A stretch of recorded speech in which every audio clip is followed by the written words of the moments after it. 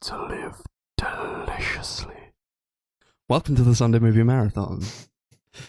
Did you hear that? I did, but I have no clue what it was. I'm not really sure I want to know. You don't know what that is? I don't recognise it. What? It was from The Witch. Fair enough. You know The Witch, right? I do. What? Yeah, I've not seen it in a while, to be fair. That's such a fantastic movie. Yeah, it's a great film. And a debut too. Who'd have guessed it? Anyway, episode 40. It's the Sunday Movie Marathon. We're here. We don't have Darcie today. Work schedule conflict. Can't be avoided. But she's here with us in spirit, and I think she'll be in the edit. Giving her thoughts. Yeah, she sent some voice clips earlier today. Nice. That's what we like to hear. How you doing, Chris? Yeah, not bad. Still waiting for the new Kanye album. 7 hours late. Don't think it's coming out. Maybe not. This isn't the That's first Kanye, time he's though. done this, to be fair. Like, I No. think Jesus is King came out like 2 hours before the next day. So it was like just before the end of the day it was supposed to come out, it finally came out. So who knows? Pretty typical. Yeah. I'd rather it be late than it be released unfinished, like with Life of Pablo. Mm-hmm. Yeah, sure. Well, How are you doing now? I'm alright. I'm a bit pissed off, but we'll get into it. We're going to talk about some movies today. We've got the Alfonso Cuarón movies that we're doing. So we did... What we got together? Darcie was there. We watched... What did we watch, Chris? So it's Tu Mamá También, Children of Men and Roma. Yeah. We all picked a film Yeah. each. Darcie picked Tu Mamá También literally just because she had no clue what to pick. She just picked a random film. Mm-hmm. You sure it's Y2 or is it Itu? Yeah, probably. Okay. Yeah, so we're going to get on to them in a bit. First, I think we both want to talk about something, a couple of things. I wanted to talk about what has recently pissed me off, and that is the new David Lowery movie, The Green Knight, has been pulled from its scheduled 6th of August slot in UK cinemas. When was this? Yesterday it was announced? Yeah. From when we were recording. Oh my god. Yeah, just like What are they thinking? 2 weeks before it was supposed to come out, they just decided, you know what? Maybe not. I'm so mad. I'm so upset. I've been looking forward to this movie for so long. I love the director's previous movie, A Ghost Story. It's one of my favourite movies ever. So, naturally, I'm going to be excited for whatever he does next. And this is like A24, their like top slated movie at the moment. I tried to look online on like Twitter accounts. I tried to see who was involved with the movie and what they've said about it. Nothing. David Lowery is not on Twitter. Dev Patel, the lead actor, is not on Twitter. Alicia Vikander, I don't think she is on Twitter. Joel Edgerton hasn't posted anything since like February, so he's nothing. He's nothing. He hasn't said anything. And A24 have said absolutely nothing about it. If anything, they've just been continuing to promote the movie, which annoys me very much that they've not said anything about it. But it's definitely real, and it's definitely we're not getting it anymore. It was due for like in 2 weeks. What are they thinking? So, in the UK, it's been distributed by Entertainment Film, and they've actually come out, I think, today and said that it's because of how many like cases there are at the moment, because there's like a huge surge in COVID cases at the moment, and they're kind of worried about putting a new movie out just yet, just in case people don't go and watch it. There was a rumour that it was because a streamer had perhaps brought the rights to distribution. Of course, this was just a rumour. But it does seem likely that it's because of the rising COVID cases. I just don't... That and the fact that we're like in the middle of a massive heat wave, and normally when we're in a heat wave, people don't go to the cinema, so I can't imagine that helps. But still, like 2 weeks before is just a bit shit. It's a bit of a piss take. And I mean, that's their prerogative. They have the rights to distribution. Like, obviously, they're allowed to do it. I just think why now? And with all these COVID cases on the rise, I think it's pretty strange that this, like, the irony is that it happens like after the UK have had their quote unquote freedom day. Like, we don't have to wear masks anymore. We don't have to social distance now. But the cases are still on the rise, and like even with like the Olympics coming up, we're still competing in the Olympics. I hate to like it's pretty broad to like say, oh, you could compete in the Olympics, but you can't release the Green Knight. It's like, okay, but it's true though, and I think maybe it does come down to just the decision of the distributor. I think it comes down to entertainment film. Yeah. I guess at the end of the day, where things are rising, although we are free to do whatever we want pretty much, I feel like a lot of people are probably too afraid to go outside and want to stay indoors because they don't want to catch it, as ironic as that may be. So I kind of get why they've delayed it, but I do think doing it this close to when it's coming out is a bit of a piss take. Like if it was coming out in like 2 or 3 months or something, and they like just decided to push it back, then that would make sense. But like completely removing its release date entirely and like not really saying anything about it, just don't know. It seems a bit shit. We're all in the dark about this. We don't know when it's going to come out now. We don't even know if it will get a cinematic run. It's looking not likely. Probably just be dumped on streaming, which is a damn shame. And I mean, it's like this big epic, right?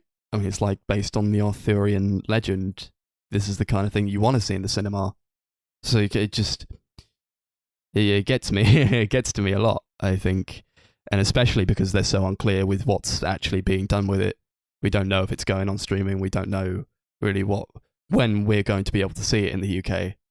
It's just, especially like the US still gets to see it. So like, it'll be like 2022 and we still haven't seen it, but everybody else has. It's aggravating. Yeah, it's going to be especially annoying if like by the time we eventually get it, it's like come out everywhere else and it's like out on Blu-ray in America.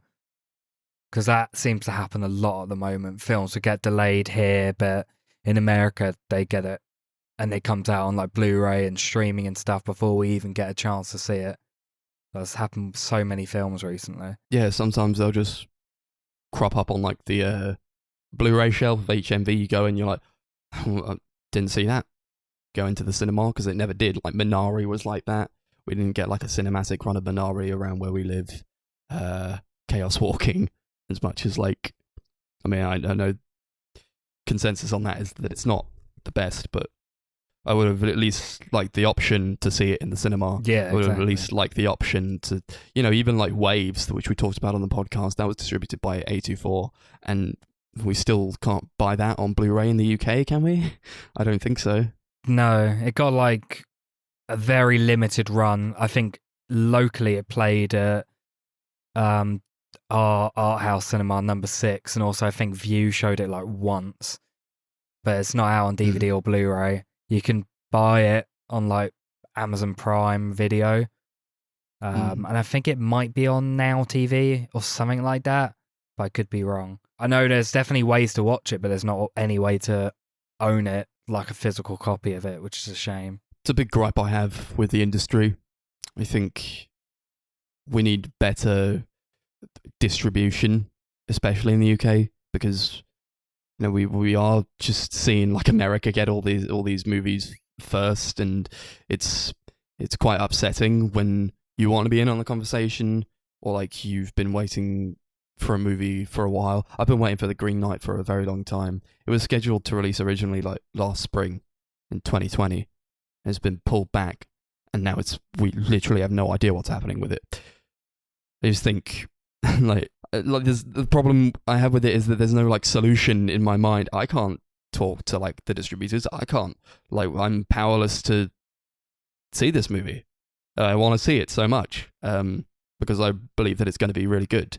I think it's been getting very good reception, but I can't see it. How would I know? How would I know if it's any good?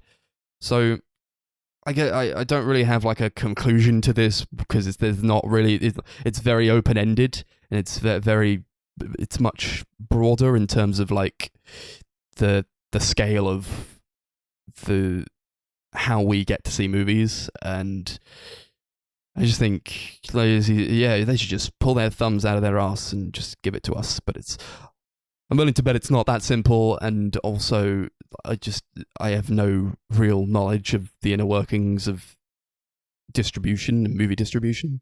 Yeah. I'd be interested to know if there is like a actual reason why like films are still released in different countries at different points. Like, I know back in the day it was because like the first country would kind of be like a gauge of how big to make the release in other countries, and also whether they felt like it needed to be like edited down or anything for other territories. Like that happened with The Shining. I think in America it got a widespread release, and like there was a lot of complaints about it being too long, so they cut it down for the rest of the world. But that doesn't really happen nowadays, so I don't know if there's like a reason why there's still like a staggered release with a lot of films. But yeah, not part of the industry, so I wouldn't know these things. No, be interesting to know. Interesting to know why we get, the Fast and Furious 9 and the Cruellas of the world, but we don't get these like actual like decent good movies. Yeah. It's a shame. Yeah. So that's that on that. I just kind of wanted to put it out there. I just wanted to talk about it. Get like word of mouth out there. Like, I mean, we're a pretty small podcast, but I think the more eyes on this, the better, I think. Yeah. So that's that. Anyway, Space Jam 2. Yeah. The big new release of the week. You saw it? Space Jam, A New Legacy. I did see it. Me and Darcie watched it. Obviously, the original Space Jam is an epic movie. Yeah? Is it? I don't know. People have a lot of nostalgia for it, I think. I only watched it like for the first time a couple of years ago, and I didn't like it. So I have no desire to see this Space Jam 2. Yeah. But what did you think of it? Well, it was something all right. Yeah, the first one I loved as a kid, but I rewatched it last year and it really sucked. Like, it was actually painfully bad. And I kind of watched this one because I was expecting it to just be a massive meme.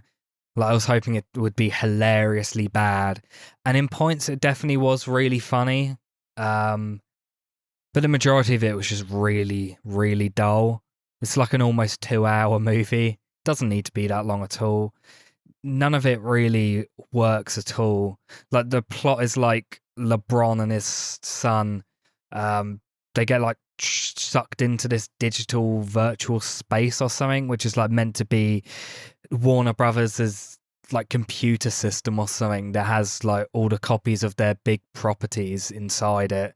And there's like Don Cheadle plays a villain who's like a computer generated person called Al G Rhythm.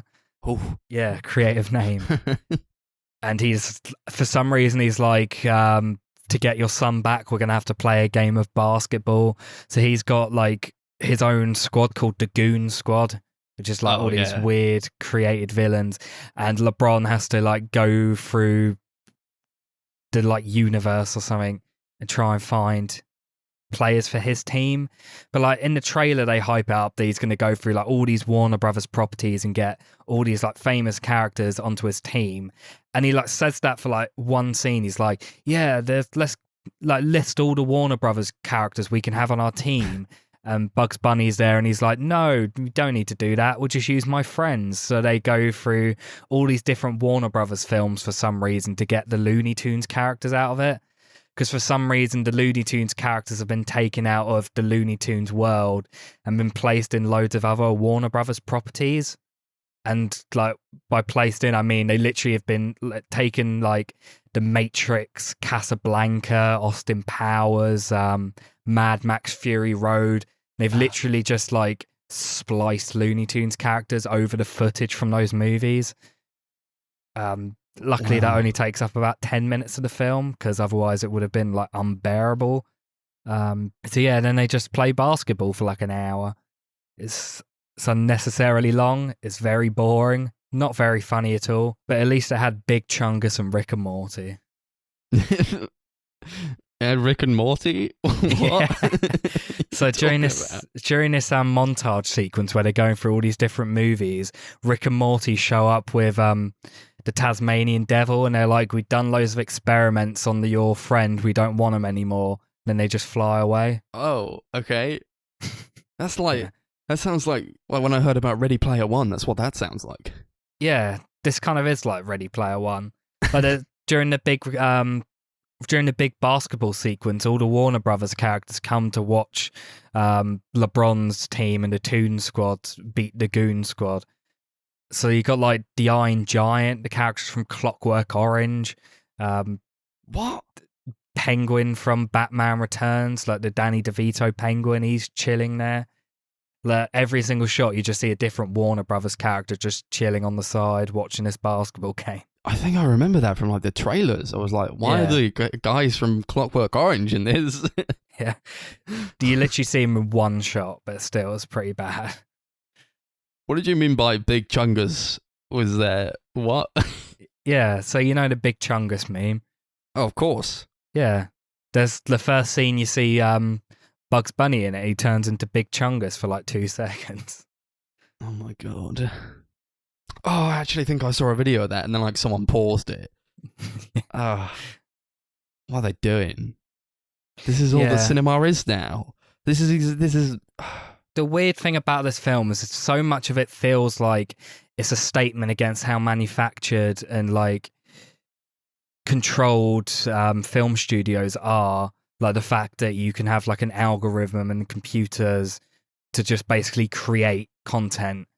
But at the same time, it feels like it's exactly what it's trying to satirize. So it just feels very confused. And I don't know who this film's for, because it seems too childish to be for adults. But there's so many references to adult content that like none of the kids are going to understand this. None of the kids are going to like watch them go into Casablanca and go, "Oh shit, I love that movie." Like it's just not a kid's movie. Like I don't know who this film was for, and I don't think anyone who loved the original is going to enjoy this either, because like it's just really cringy. I don't think these movies are for anyone, truth be told. I think that it's a product of the way cinema is now, where everything has to be remade, everything has to have a sequel. It's that kind of culture that we're in terms of cinema right now. It's the big thing now. Along with like superhero movies, we've also got just remakes and reboots.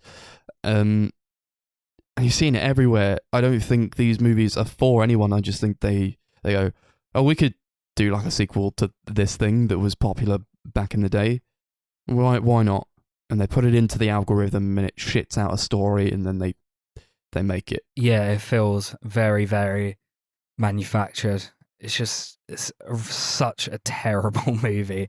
I actually was kind of in shock at how just bland it was. Like, I was expecting it would be embarrassingly bad, and I thought that was going to be really funny, but it's just awkward. There are definitely cringy moments, like the Rick and Morty reference, like when they're going through all these different films. There's a bit where Porky Pig raps, and they call him Notorious P.I.G. Oh yeah. That was a big clip, and that was really cringy. There's also a joke where obviously Michael Jordan is the main character of the original movie, and there's a scene where they leave, and Daffy Duck runs in. He goes, "Don't worry, guys, I've saved the day. I found Michael Jordan." And Michael B. Jordan, the actor, walks in. Oh wow! And he's just like, "No, I'm Michael B. Jordan." That's the whole joke, and it goes on for way too long, and it's really awful. There's plenty of shit like that throughout. Yeah, it's about what I'd expect. I know you did send that video of Porky Pig in the chat. I took 5 seconds of it in, and I was like, I can't do this. I had to turn it off. I was kind of just in shock when that happened, like in the film, because I didn't actually watch the clip when I sent it. I just I think I had the audio muted, and I saw what was happening. I was like, you guys will love this. I didn't. I was at work, sat on the toilet. I was like, I've ever watched it. I turned it off. Couldn't do it. Yeah, I don't know. I don't like Space Jam, so I'm not going to see it. There's like it's a huge movie, obviously, because everyone loves Space Jam. There's big billboard posters up on buses around the city. People know about this movie. Was the theater? No, did you see it in the theater? I'm not gonna lie. We watched it online through some questionable means. Yeah, because in America it's available on HBO Max for free. Yeah, I think anybody should be like forced to go to the cinema to watch Space Jam 2. No. So it came out a week ago on a $150 million budget. It's made back $53 million so far. That could be because it's on HBO Max in America, so people are just watching it for free, or it could just be that no one gives a shit. Do you think they expected to make a lot of money back? Probably. I don't know. The thing is, I think they probably did.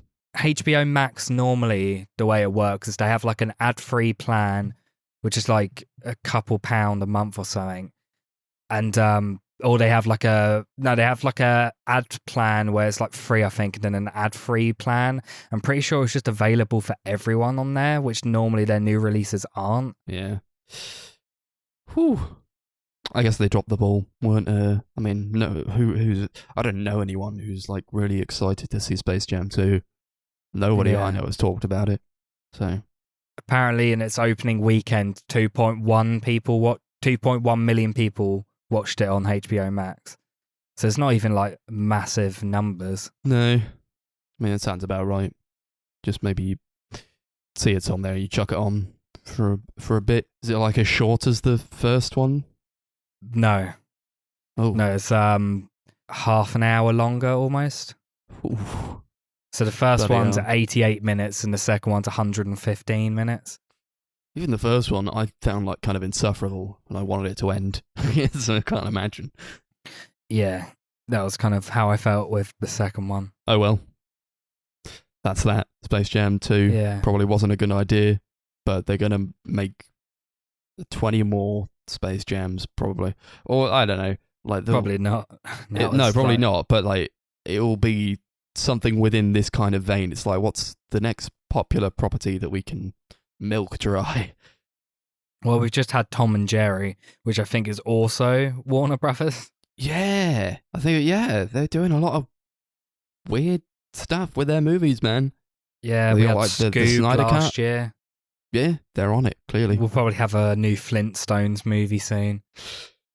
I'd never watched the Flintstones, so I won't be going to see that either. I'm not here for it, man. I'm not here for this like bastardization of classic cinema. I mean, as much as I don't like Space Jam, it meant a lot to people, I guess.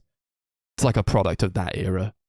So people are just obsessed with like eras that no longer are. I mean, I don't know. Like, we're still getting like really good movies, but there's just this that drags it along as well. I think this film is very much a product of the current era of film and where it's at, like banking on nostalgia. Like the whole film is just nostalgia baiting, just like Ready Player One was. Like all the films they go back to, apart from Casablanca, which is like the weirdest film for them to go back to, all of the films they go back to are like famous films from like the 90s, except for like Mad Max, which is like more of a newer property, but even still, like they're going back to like 90s movies that people who probably loved the original Space Jam and would be watching this would recognize. And that seems to be all this film exists to do, is to make people go, oh, I remember that property. And it's embarrassing that this is just where cinema is nowadays. Yeah. At least like Mad Max Fury Road, or like I think of like Blade Runner 2049, they're actually like fantastic movies. Yeah. Like, get someone who cares about it. If you have to do it, just get someone to direct or like write it who actually cares. And don't just shit it out because you feel like you have a mandate. It's boring. That's why I'm hopeful for this upcoming Scarface remake by Luca Guadagnino and the Coen brothers. I feel like that could actually be interesting because they seem like people who wouldn't just make it for the sake of it. They seem like people who would only make it if they had a good idea. Yeah, that sounds like something that's going to be actually awesome. I do trust Guadagnino, and I do really like the Coens as well. He did Luca did that Suspiria remake, which was fantastic. So I have no qualms about that. I'm sure. Yeah, no doubt. Yeah.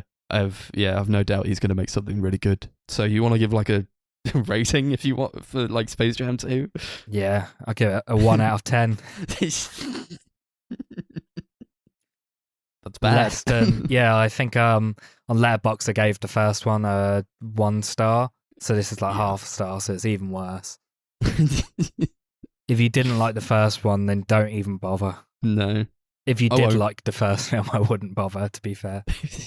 Just have your dreams crushed. Yeah. These things never really work out. If you like the Looney Tunes, just watch the old Looney Tunes cartoons instead. Because that was kind of what I wanted to do the entire film. I even would have preferred that film Looney Tunes back in action, and that film wasn't very good either. Yeah. Same with like Tom and Jerry. You watch those like shorts that they did back in the like 50s and 40s, or like 30s. They actually hold up. They're really good television. I mean, they're for kids, but you take it as that, and they are decent. Actually made by people who care about what they're making. Not like the people who work on Tom and Jerry nowadays, who made Tom and Jerry meets Willy Wonka and the Chocolate Factory. What? Yeah, there's a film. It's like, I think it's called Tom and Jerry Meet Willy Wonka or something, where it's literally just the plot for the original Willy Wonka film, except Tom and Jerry are there. Yeah. Ooh. No, thank you.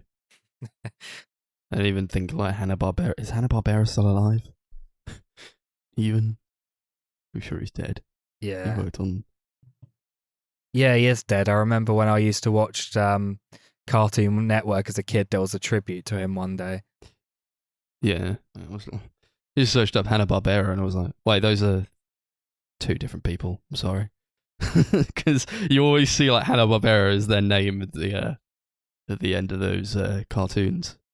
I'm sure they're both dead. Yeah.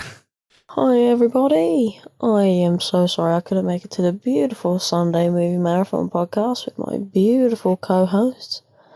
I've just had a lot of things get on top of me, and I have not been feeling too great. So, I did watch the movies with the boys. Space Jam. That's it. That is this whole note. Oh my god. Well, I don't have too much of an opinion on the comparisons between the first one and the second one, because I haven't actually seen the first one, and I know that's pretty sacrilegious, but at least if I now go and watch the first one, I can be like, wow, this one's so much better in comparison. Words don't describe how much I don't like this movie. I don't particularly hate it with a burning passion. I don't really feel a lot for it, to be honest. I feel like it was just made for the sake of finding the opportunity to release a film to nostalgic people of age, such as myself, who would have seen the first one, haven't been to the cinema in a long time, and thought, oh, maybe it'd be quite fun to reminisce and go see the new Space Jam movie. Either that, or it was just a massive marketing ploy for Nike to sell Goon Squad vests. I don't know. Either way, this film was not very good. Although, Porky Pig, he can sure spit roast. I gotta hand it to him. He's pretty good at rapping. I don't even remember what I rated this. Everything about it is ridiculous. I mean, there are certain parts of it that I think, it's not terrible, but it's just not good. I don't know if I'd even recommend to watch it, to be honest. I feel like it'd be a waste of 2 hours of your life. I really can't remember what I rated this. I'm going to give it a solid 1 out of 10. And if it's higher than that, Chris can edit this clip for me. Thanks, guys. We've said enough about Space Jam and all that jazz. So we'll get on to the movies. We did Alfonso Cuarón movies again, as we said. We didn't choose Gravity because that movie's it's not the best. I wanted to have a good time. So, do you want to introduce the first movie? Yeah, let me just get out of the plot so I don't butcher it because I'm not too fresh on it. Yes, pronounce So it correctly. the first film, instead of going in order of the films we picked, we decided to go in their release order. So it goes like Darcie, me, and then Max last. So the first film was Darcie's pick, which is Tu Mamá También from 2001.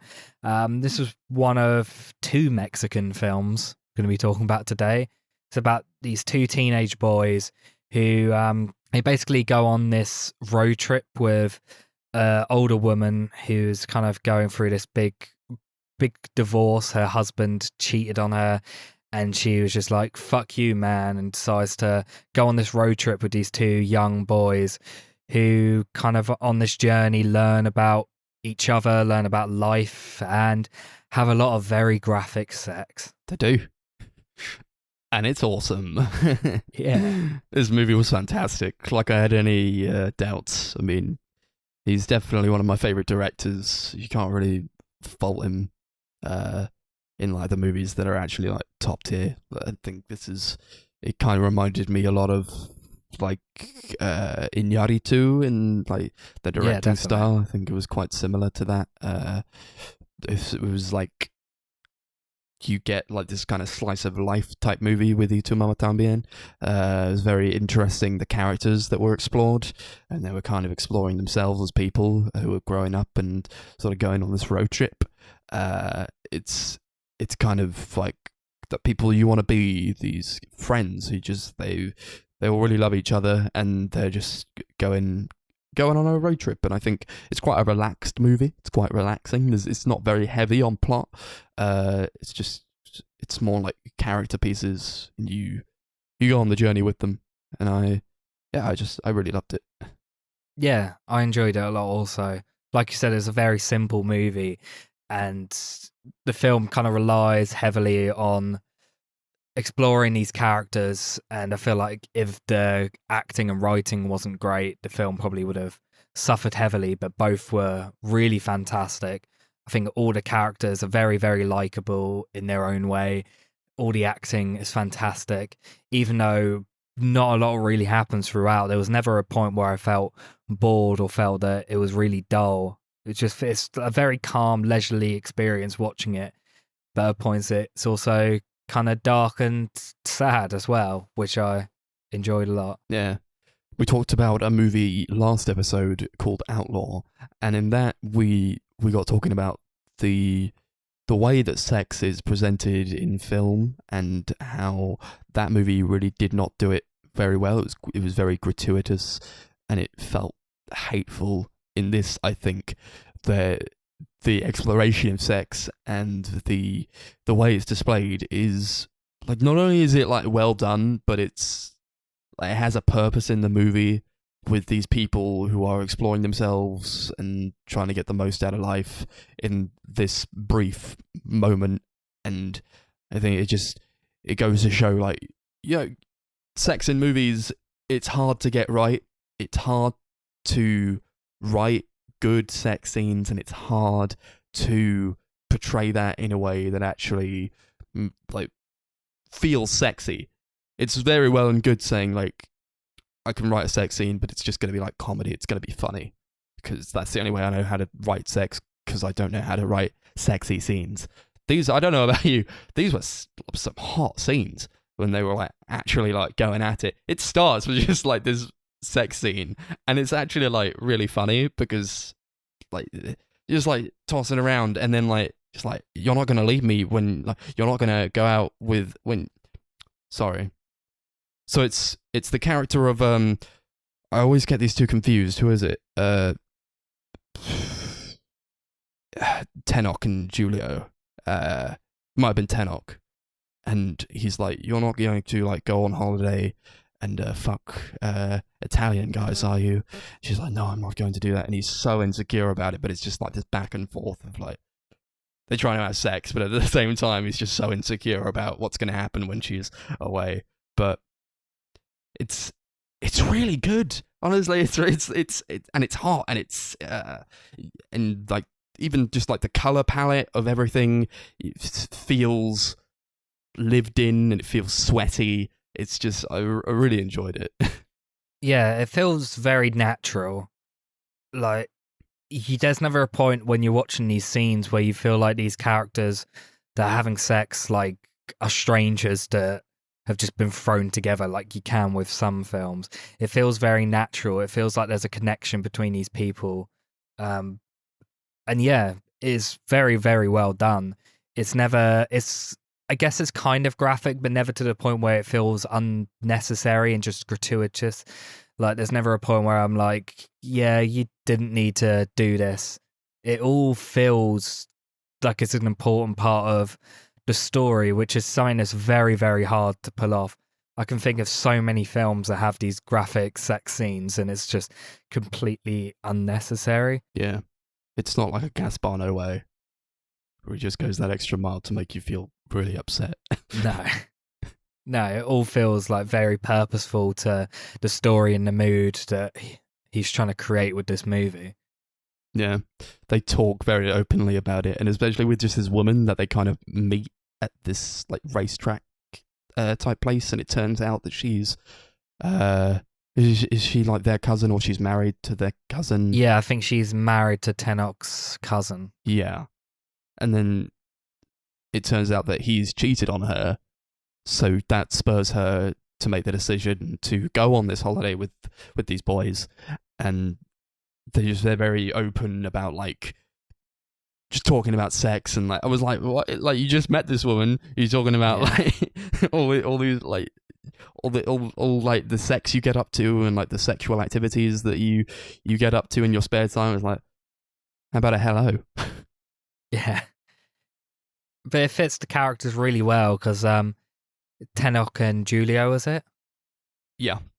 Yeah, they're characters who are they're adolescent. They're kind of at that point where they're kind of discovering themselves for the first time, and all that they really think and care about is like sex and women and partying and that sort of thing. So it makes sense that that's kind of all that's on their mind. And as the film progresses, you see them kind of experiencing new things and kind of learning a little bit. And I think that's kind of what makes the film so interesting. It's what makes you like the characters so much, because like at first they're these characters who like are both openly talking about how they cheat on their girlfriends, and like they go to parties and fuck loads of women there and that sort of thing. And at first I was like, I'm not sure I'm gonna like these characters at all. But as the film goes on and they kind of expand upon them a lot more, you end up caring about them and feeling bad for them as well. Yeah, it goes to show you can portray characters that aren't just one way or another. People in real life, they're grey, like morally grey. You know, people aren't just like really good or really bad. Real people have a lot more depth to them.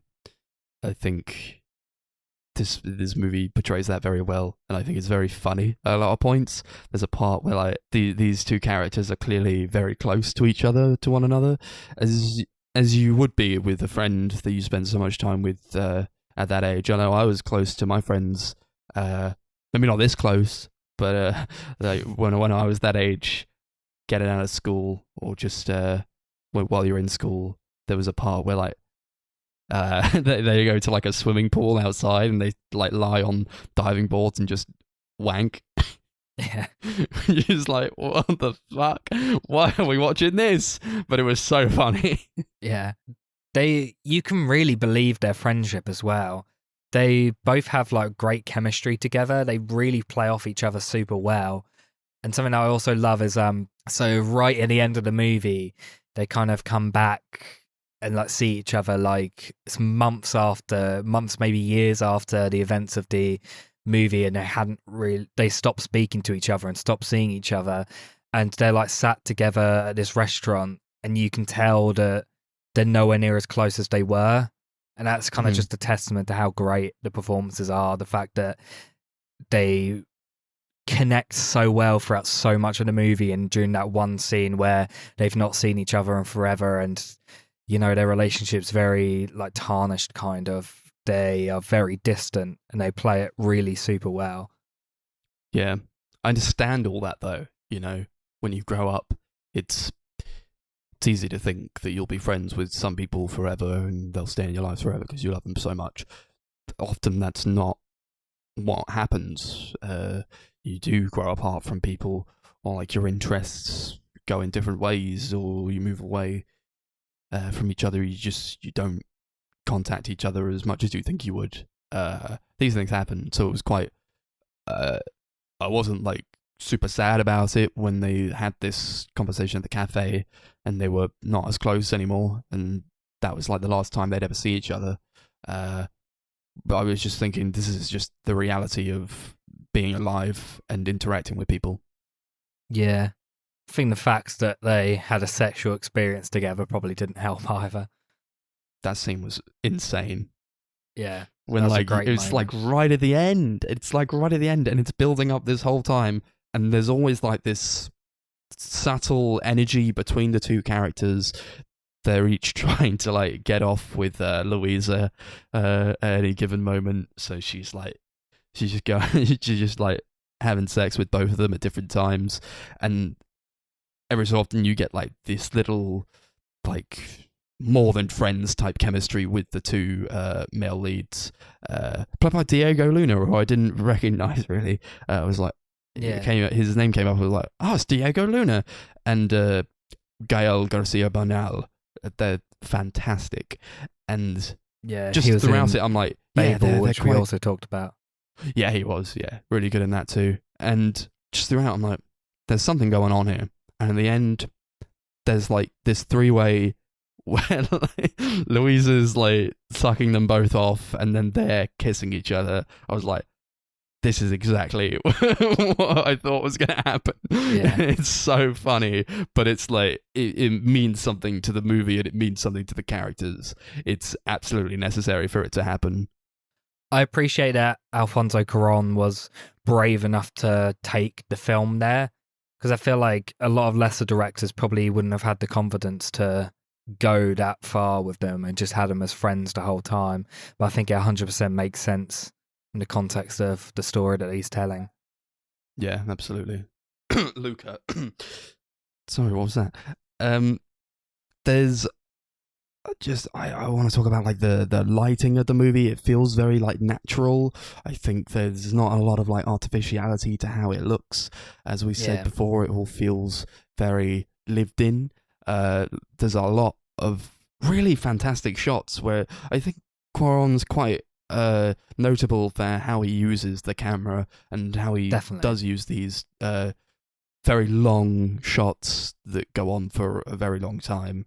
It's very evident in this as well. There's a scene which is like this one shot of like a party that they're at, and it's very short, but it's like, you get everything you need to from it, because it's just this party, and like the music's going and everything's like lit with like green lighting, and it's because like the curtains that are green, so like the light shining through these green curtains and it's illuminating everything in this green hue. That I think happens again when Julio and Tenoch are in the bedroom at just this place they've stopped off on the road trip, and everything's just like green as they're having this argument, and like the lights are off. And yeah, I think like technically, I think Cuarón has improved as a director over the years, but it's not like improvement from a place where he was terrible at the start and then he got really good. I think he's just a very talented director. Yeah, super talented director right from the get-go. Yeah, most of the lighting, I think it was 90% of the lighting in the film is all natural light, and it looks really good. It all feels very, very real.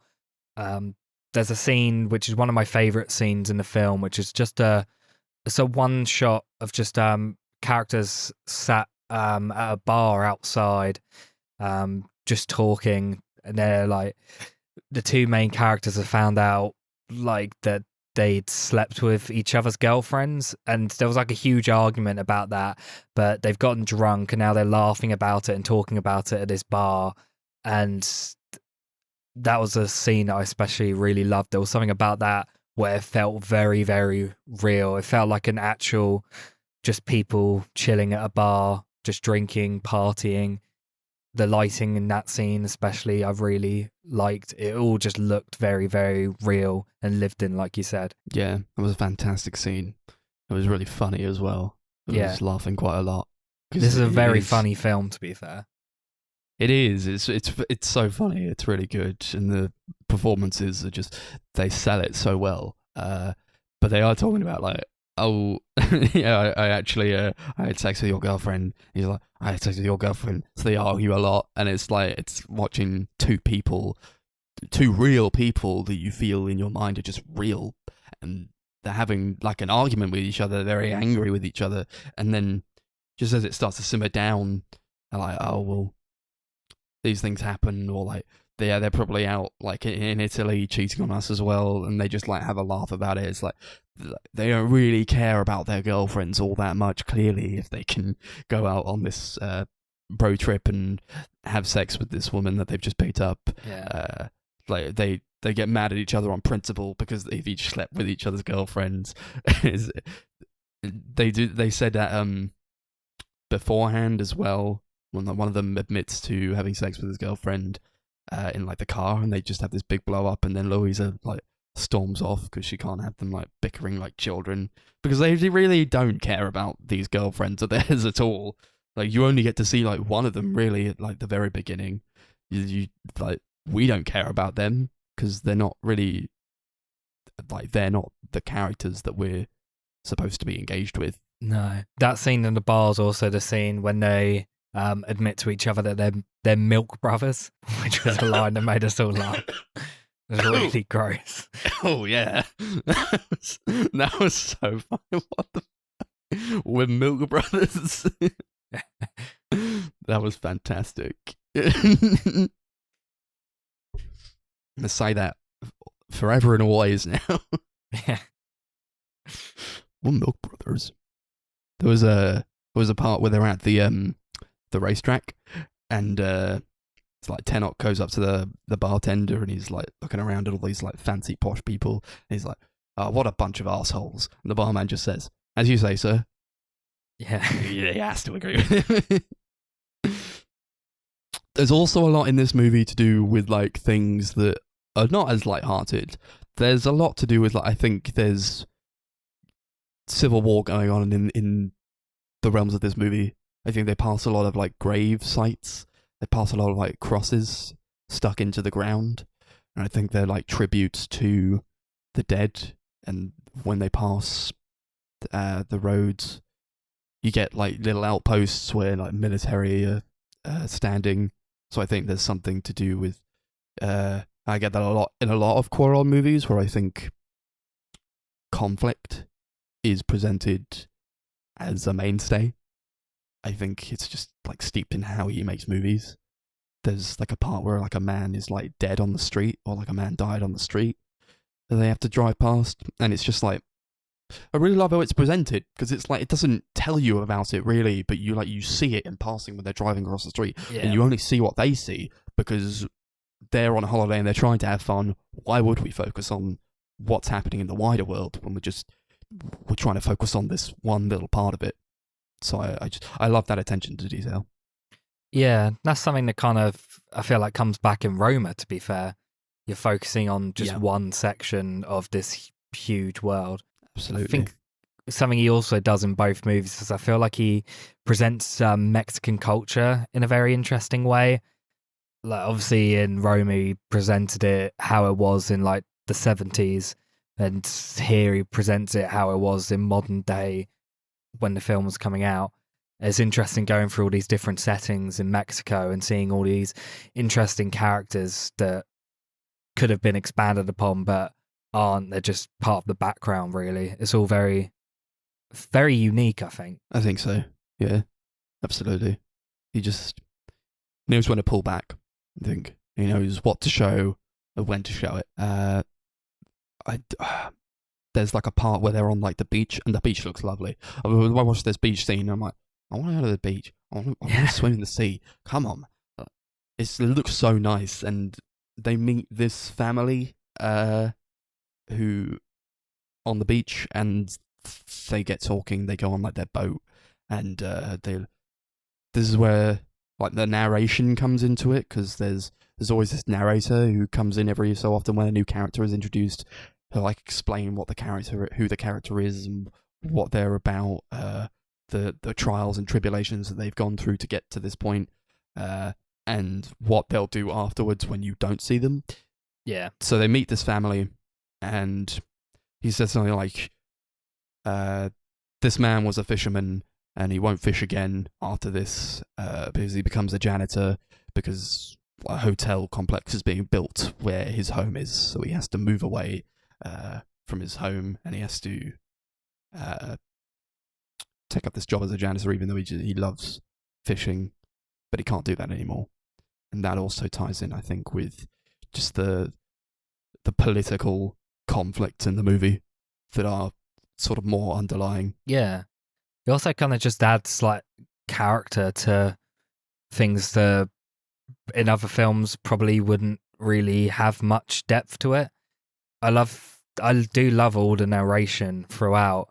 It's like, it's very clear that Alfonso Cuarón basically created this universe, created all these characters and backstories, and like, even though a lot of the characters you barely see in a scene, is very interesting hearing him basically tell you what happens to them, who they are, where they come from, makes you care about these characters who really don't have a massive impact on the main story. And I think it's really interesting. I also love the way that the way the narration is basically played throughout the movie, because anytime it happens just before it comes in, like all of the audio cuts out except for some like occasional like rough background noise, and every time it would happen it would always throw us off. We always thought that something had gone wrong, like the film had accidentally muted. I thought it's almost like just making sure you're paying attention, just making like, yeah, just like reminding you to pay attention in what happened. Yeah. It's like clapping at you, or like clicking at you. Yeah, I liked it a lot. I really did. I don't actually have all that much more to say on the movie. I thought it was fantastic. I don't know if you had anything more to say. Not a lot. I did like how the music's played throughout, because there's no like music that just plays in scenes. It's all played out of like radios and stereos and that sort of thing. It's all music that the characters can actually hear, except for like in the end credits when there's a usage of a Frank Zappa song, Watermelon and Easter Hay, which I really loved that song. Using more like diegetic music, I think, helps portray like this natural feeling that he's going for. It helps you really more authentic. Yeah, it really puts you into this universe. The only other thing I wanted to bring up, we hadn't actually said about it before, but the film's title, Tu Mamá También, it's translated into English. It means, and your mother too. Nice. Yeah. What does that mean? It's like one of those phrases where on its own it means nothing, but if you put like a offense before it, then it like can be an offensive phrase. Like if you say fuck you at the beginning, then it's offensive, but on its own it means nothing. Yeah. Maybe that's a theme of the movie, perhaps. All these things that are on their own, that I think I link that to like the people that they meet. It's very realistic in the fact that like you go on holiday and you do meet people, you get talking to other people, and they only stay there for like maybe an hour or maybe a day, and then you never see them again. Yeah, that's kind of the main experience of this movie, I think. Absolutely. Should we go on to ratings? Yeah. Should we rate this out of Milk Brothers? Milk Brothers, yes. Yeah, this film's really, really great. I wasn't sure how I'd feel about it, because this obviously we hadn't watched this one before. Children of Men and Roma I'd seen before, but this one I was going in completely blind, literally knew nothing about the movie at all, didn't read any plot synopsis or anything. So it was interesting watching it. It's a very unique, interesting movie that I would highly recommend. I'm going to give it 9 Milk Brothers out of 10. Yeah, I like kind of slice of life movies where it's light on plot and it's heavy on characters. I think the acting is fantastic, portrays that very well, and obviously the direction is second to none. So I'll also give it 9 Milk Brothers out of 10. Yeah. And this is for Tu Mamá También. Pretty solid movie. I don't think I'm ever gonna have the words Milk Brothers ever etched out of my brain. I think it might stay there for the rest of my life. It was actually quite an enjoyable movie. It was quite enjoyable at points, and then towards the end it kind of got a little bit sad. This sad sort of realization that people kind of grow up and sad things happen to people, and just kind of kind of the reality of going on a road trip and things happen, and then having to kind of face that. So it feels very much like a coming of age movie, even though it probably shouldn't be. But maybe that's just the sort of times that we live in now, although I know this film in particular is from 2001. But it just gave me that sort of feeling of how awkward and stuff you can be when you're younger, and how it's really hard to sort of face the consequences of things that have happened when you don't want to deal with them. But yeah, I thought a pretty solid start to the movie marathon. I believe I gave this film around a 6 or a 7 out of 10. So, on to my pick, which is the film Children of Men from 2006. This is a movie which stars Clive Owen, who basically plays a character in 2027 in this. It's kind of like almost like a post-apocalyptic world, kind of. It's very dystopian. Everything is being like controlled by the military. Basically, it's this massively chaotic world in which humans can no longer procreate. The film starts off with the youngest person in the world dying, who's only like 18, and basically he's like a former activist who's brought back into this big activist group who basically get him to help transport this woman to a sanctuary at sea who has become pregnant somehow. So basically they're just trying to get her through this very chaotic military-owned world to a safe sanctuary where maybe the scientists can actually do some good and help her. So yeah, that's kind of the rough plot. What did you think of Children of Men? I know you've seen it before, haven't you? I've seen it a few times, yeah. This might be my favourite Alfonso Cuarón movie. I think it's brilliant, and I have seen it a lot of times. I'll watch it again and again and again. I just think he does so well at his world building. It feels like this grimy fucking future in 2027 in London. It's like, oh, London's the only place that's survived, and everyone's flocking to London because everywhere else on the planet is burning or it's in disarray. People are going to war with each other, and you get a lot to do with, again, there's maybe more overt, but like police, you get a lot more to do with like war and like how people deal with that.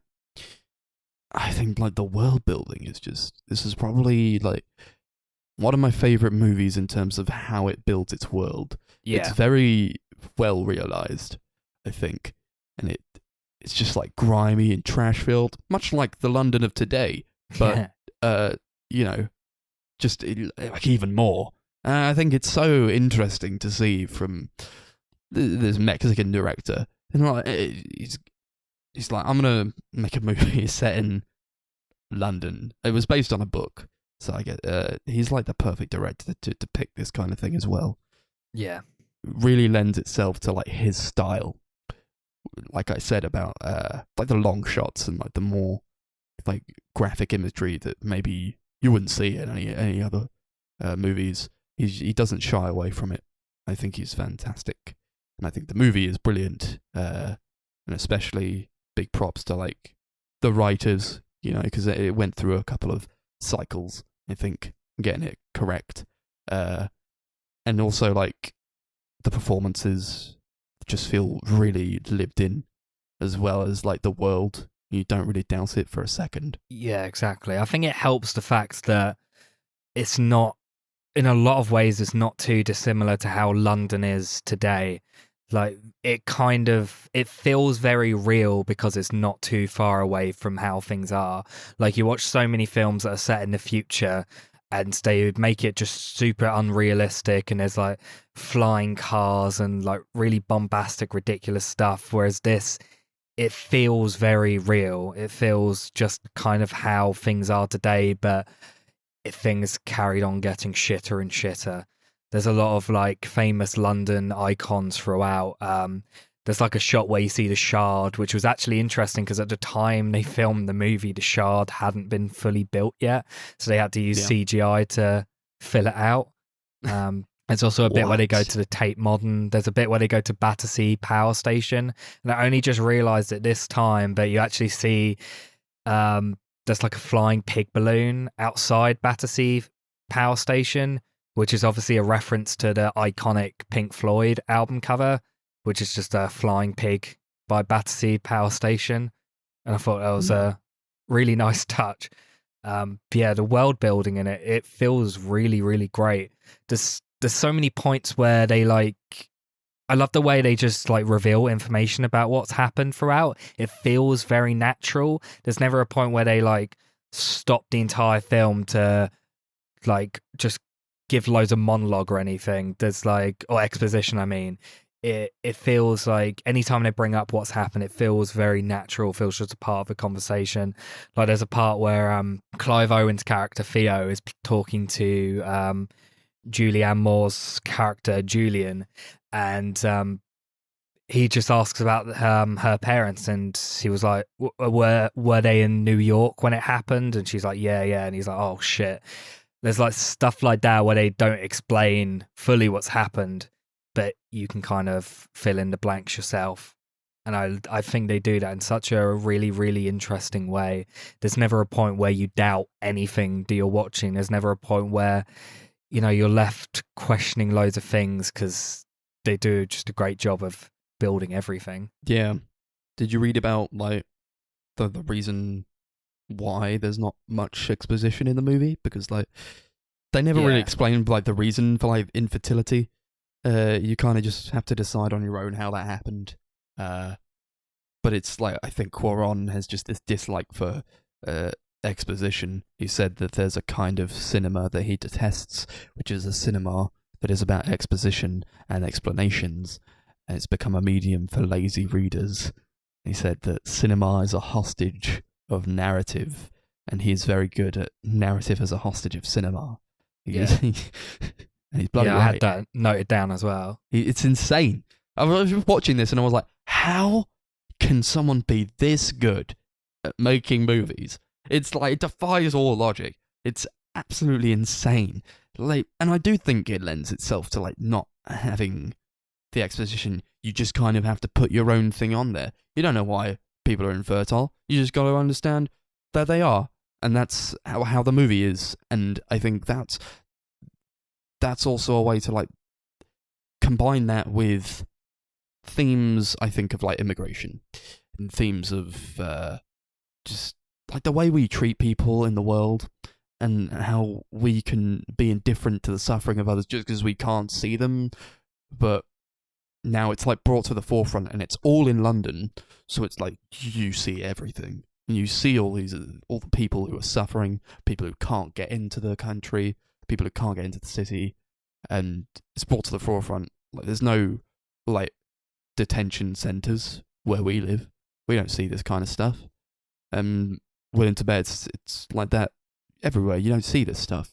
It's not, so it's easy to disconnect from it. But in here, it's just you see it all, and it's not just people from other countries. It's people from within the country that they're in that's fallen to ruin around them. I just think he does such a fantastic job of it. Yeah, there's a lot of parts that watching this film really ring true to how the world has kind of turned since this. Like, there's so many bits where you see these immigrants who are locked up in like cages and treated like garbage by these like army men, and so much of that like just reminds me of shit you see on the news today. And there's a bit especially which is still to me one of the most horrifying things I've seen in a film, the opening scene of the film, where you just see Theo, he goes into a coffee shop and then leaves, and the coffee shop gets like blown up by a terrorist, and then you just see this woman walk out like out of the rubble and smoke holding her arm that's just blown off. And like that's the sort of shit you see on the news.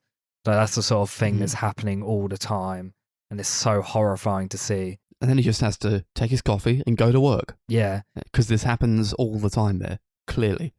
He's not supposed to be fazed by it. It's crazy.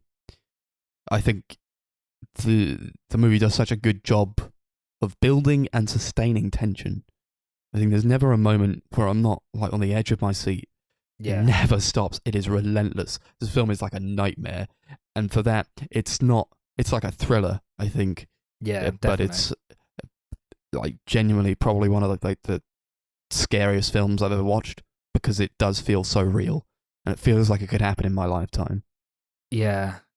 I think it helps the fact that there's so many incredible, like, pretty much action sequences that are super, super tense and, like, nail-biting and leave you on the edge of your seat.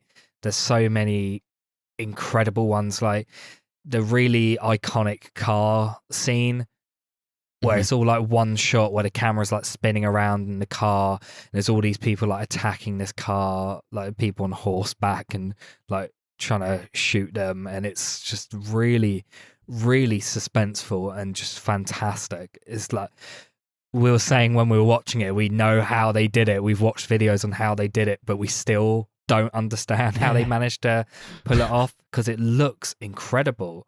Like, I've seen that scene outside of the film before. Like, that was the scene that made me want to watch the movie, because I watched it on YouTube, I think. And it's one of the best action sequences in any film. It's so insanely well done. It's crazy, it really is. And it's one of my favourite scenes in any movie. They got like just this camera that had to be there in the car, and then like they had to like rig the car up, so like they'd like drop people down from like their seats so like the camera could move, and just like it's really insane how fluidly the camera moves. But it's like, yeah, exactly. Like, even though I do know how it was made, it's still like, how was it made? I have no idea. It's like a couple of shots. I think it's a few shots, but it's stitched together digitally. It is seamless. You can't tell. You can't tell when like it's you put in like the CGI for like the blood or like the glass smashing. You don't really think about it because it's so high octane. It's so tense and like this is like a part of the movie where even within this one shot, you got Julianne Moore and what's his face? Clive the guy who plays Clive Owen, yeah. You got them like playing like this game with this ping pong ball where they're like spitting it into each other's mouths, and that's like really funny. But then it's just like, oh, this car that's on fire is rolling down this hill, and now we've got to stop. and then Julianne Moore gets shot through the throat. It is horrendous. It is horrendously well done. It's so fantastic, and you feel for the loss, even though you've only seen her like for a couple of scenes, and you understand what she meant to Theo within the movie. Yeah. They had a child together who died. So then obviously they've not seen each other for a while, but you still understand that they do love each other. And then when it's all over, like they have to like do this like funeral type thing for her, and then like Clive Owen just goes up to this tree and like starts sobbing, and I was like welling up. I was like, oh my god, the acting is fantastic. Yeah. I remember the first time I watched this film, I was kind of like, okay, I feel like their relationship could have been like a bit more fleshed out, but this time around, I think I noted it down, but then like removed it from my notes because I was like, I think they reveal enough about their relationship where, I think they just reveal enough about it. You kind of get everything you need to get out of it. Like, they never really explain too much about like what happened to their child, never really explain too much about what ruined their relationship or anything like that. But yeah, rewatching it, I was just kind of like, you didn't really need that. And that's something I liked about it. For sure. Yeah. Again, it goes into like this need to like, well, like they don't need to use as much exposition as you might see in any other movie that would try to do this kind of thing. I think it captures everything that it needs to capture. They go to like this abandoned school, and like the set design, I don't know if it's like just like this actual school that's been abandoned. I mean, what does it matter really? Because it feels real. It feels so real, and it's like getting like Chernobyl vibes from it, with like the deer that like is in there. It just like runs past the hallway for a split second, and that's like. There's a lot of animals there are a lot of animals in this movie. Yeah, almost every single shot has a animal of some sort. Usually it's a dog, but yeah, there's like an animal in nearly every shot of the film. They all love Theo. Theo's like an animal magnet. I think that was a lot to do with like when we die, who's left to take over the world? It's just like it's going to go back to nature. It's going to go back to the animals. You see that in these places like Pripyat. Where Chernobyl happened, you see people going in there. It's like all overgrown. The buildings have been taken over by the plants and just animals running around. They've taken back the world. I think that it's a lot to do with that as well. It's like we, as humans, have destroyed ourselves, and we do it to each other. And we're the only like species who just actually hate each other. We hate so much, and it's like no other animal species does this. It's just man, and it's like so when that hate dissipates, what's left is just we've killed each other, and we're all gone, and we destroyed the world in our wake, and what's left is just like the animals, I think. And that's also to do with like these themes of immigration as well, and how we treat people like animals. Yeah, definitely. I really love I love all the characters in the movie and all the acting. Obviously, we've brought up Theo already, Clive Owen's character. I think Clive Owen is really great in this movie, and I'm not really a big fan of him. I think he really does, like, I think he fits this character really well. I think he's fantastic in the movie. I also really love Michael Caine. He plays a character called Jasper, who's like his cousin or something. I thought it was just his mate. Yeah, maybe just his mate. I can't remember. But yeah, just plays a guy that he like goes to visit every once in a while, and he's like this kind of like this really weird hippie sort of guy. Michael Caine based the character off of his performance off of John Lennon, and he's really, really funny in the movie. He's so good. It was like pull my finger. Like, he says that over and over again. This is one of his best roles, I think. Yeah, this is probably my favourite performance from him, to be honest. Me too. You see him in all these like Christopher Nolan movies, and he's good in them, but it's like kind of plays the same character, I guess. He's not offering much of like in terms of like range, but in this he shines so much, and he sadly dies the when he's trying to distract the people who are after them. And that death is very sad. You see it from far off, but it's also like, you don't know whether you should like cry or laugh because he's just saying, pull my finger as he's getting shot. Yeah. I find that really, really upsetting. Yeah. Like, so like calling back to this joke, this bit in the film where it was like, it was funny earlier on, and now you're watching this really horrific scene and they're calling back to it, and it's almost like giving it new meaning and making it, like twisting it around, like twisting the context around, getting a different reaction out of the same thing. And yeah, it's really, really sad. It is. And this is like straight after you see his wife is like paralyzed, or like she doesn't talk, she doesn't move really. And there are these things called like quietus suicide kits that they distribute around London, because obviously, like, if you can get more people to like kill themselves, then you won't have this problem with like overpopulation if enough people kill themselves eventually. So, and the circumstances are so dire and they are so horrible in this world that it's like a lot of people probably do take up that opportunity, and like why would they live in this world that has nothing for them when they could just die peacefully, really? It's very sad. Yeah, he like kills his wife and his dog.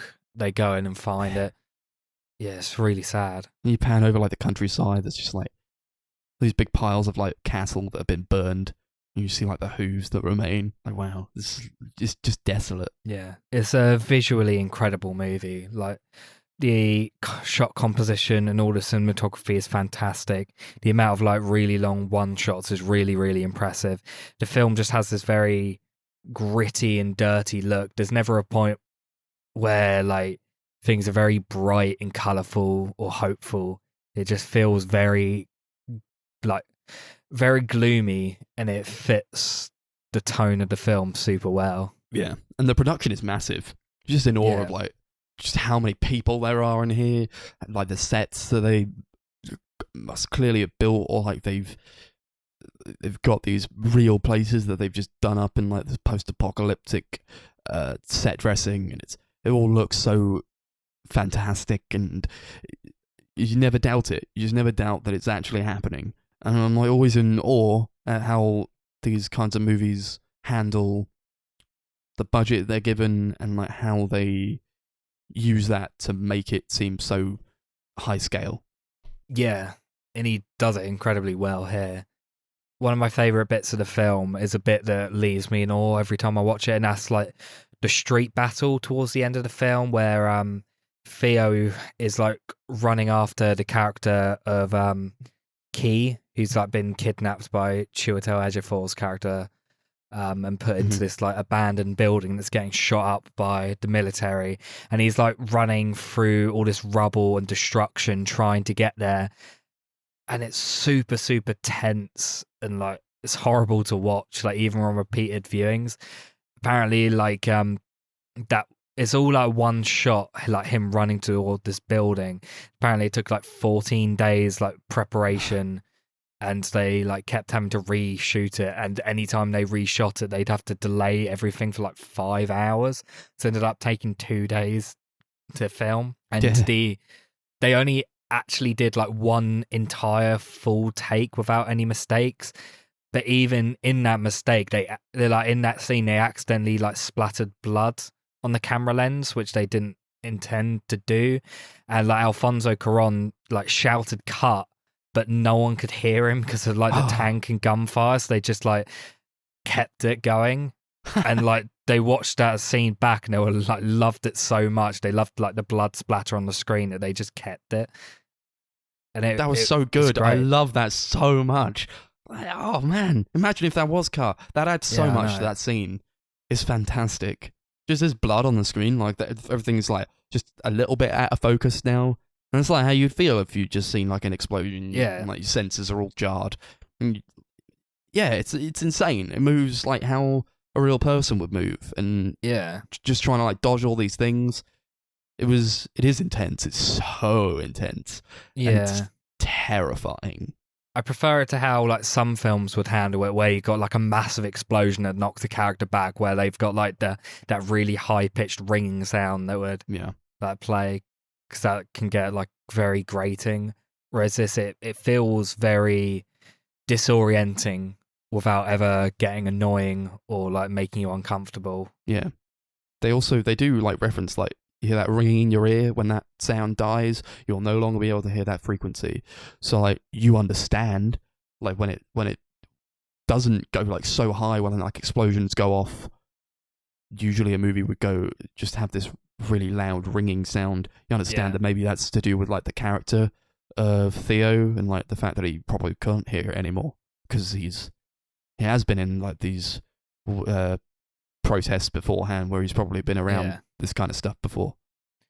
Yeah, the amount of explosions that they've already like set up, the fact he's like, it's just a normal occurrence for him, just like going to work, getting coffee and then almost dying in an explosion. Yeah. He's probably lost those high frequencies now. Probably. Yeah. There's also like a lot of humor in the movie, I think. Or maybe you wouldn't expect it to be so humorous. There's like baby Diego dies, who's like the youngest person on the planet. Everyone's so sad about it. And then like Theo goes, baby Diego was a wanker. Yeah. And then Michael Caine says, like, oh, he was the youngest wanker on earth. Yeah. And then there's a bit where he goes into like his boss's office and he goes, you know what, the death of baby Diego actually affected me more than I realised. Do you mind if I go home for the rest of the day? Yeah. That makes me laugh every time. He's such a fantastic actor, I think. Yeah. He doesn't get like enough in other movies, I think. We reviewed like the Bourne trilogy and he's like in one of those, but he's like, his character is nothing in that. Yeah. Just look at like what he could actually bring to the table. And I think he helped out on the script quite a bit as well. Yeah. I love the part where like Key is trying to name her baby. So she's like, oh, maybe I'll name it Froley. What do you think of Froley?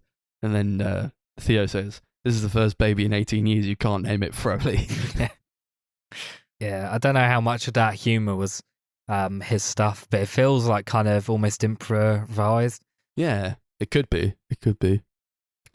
I think the author of the book really actually liked the movie, which is always good. But then considering like Cuarón didn't even read the book before he made it, is such a testament to how great a director he is. And I think that probably helped a lot because it doesn't inhibit you creatively. Yeah, funnily enough, that was what they did with the first Bourne movie, but we all know how that went. Just as well. It's just as good. Yeah.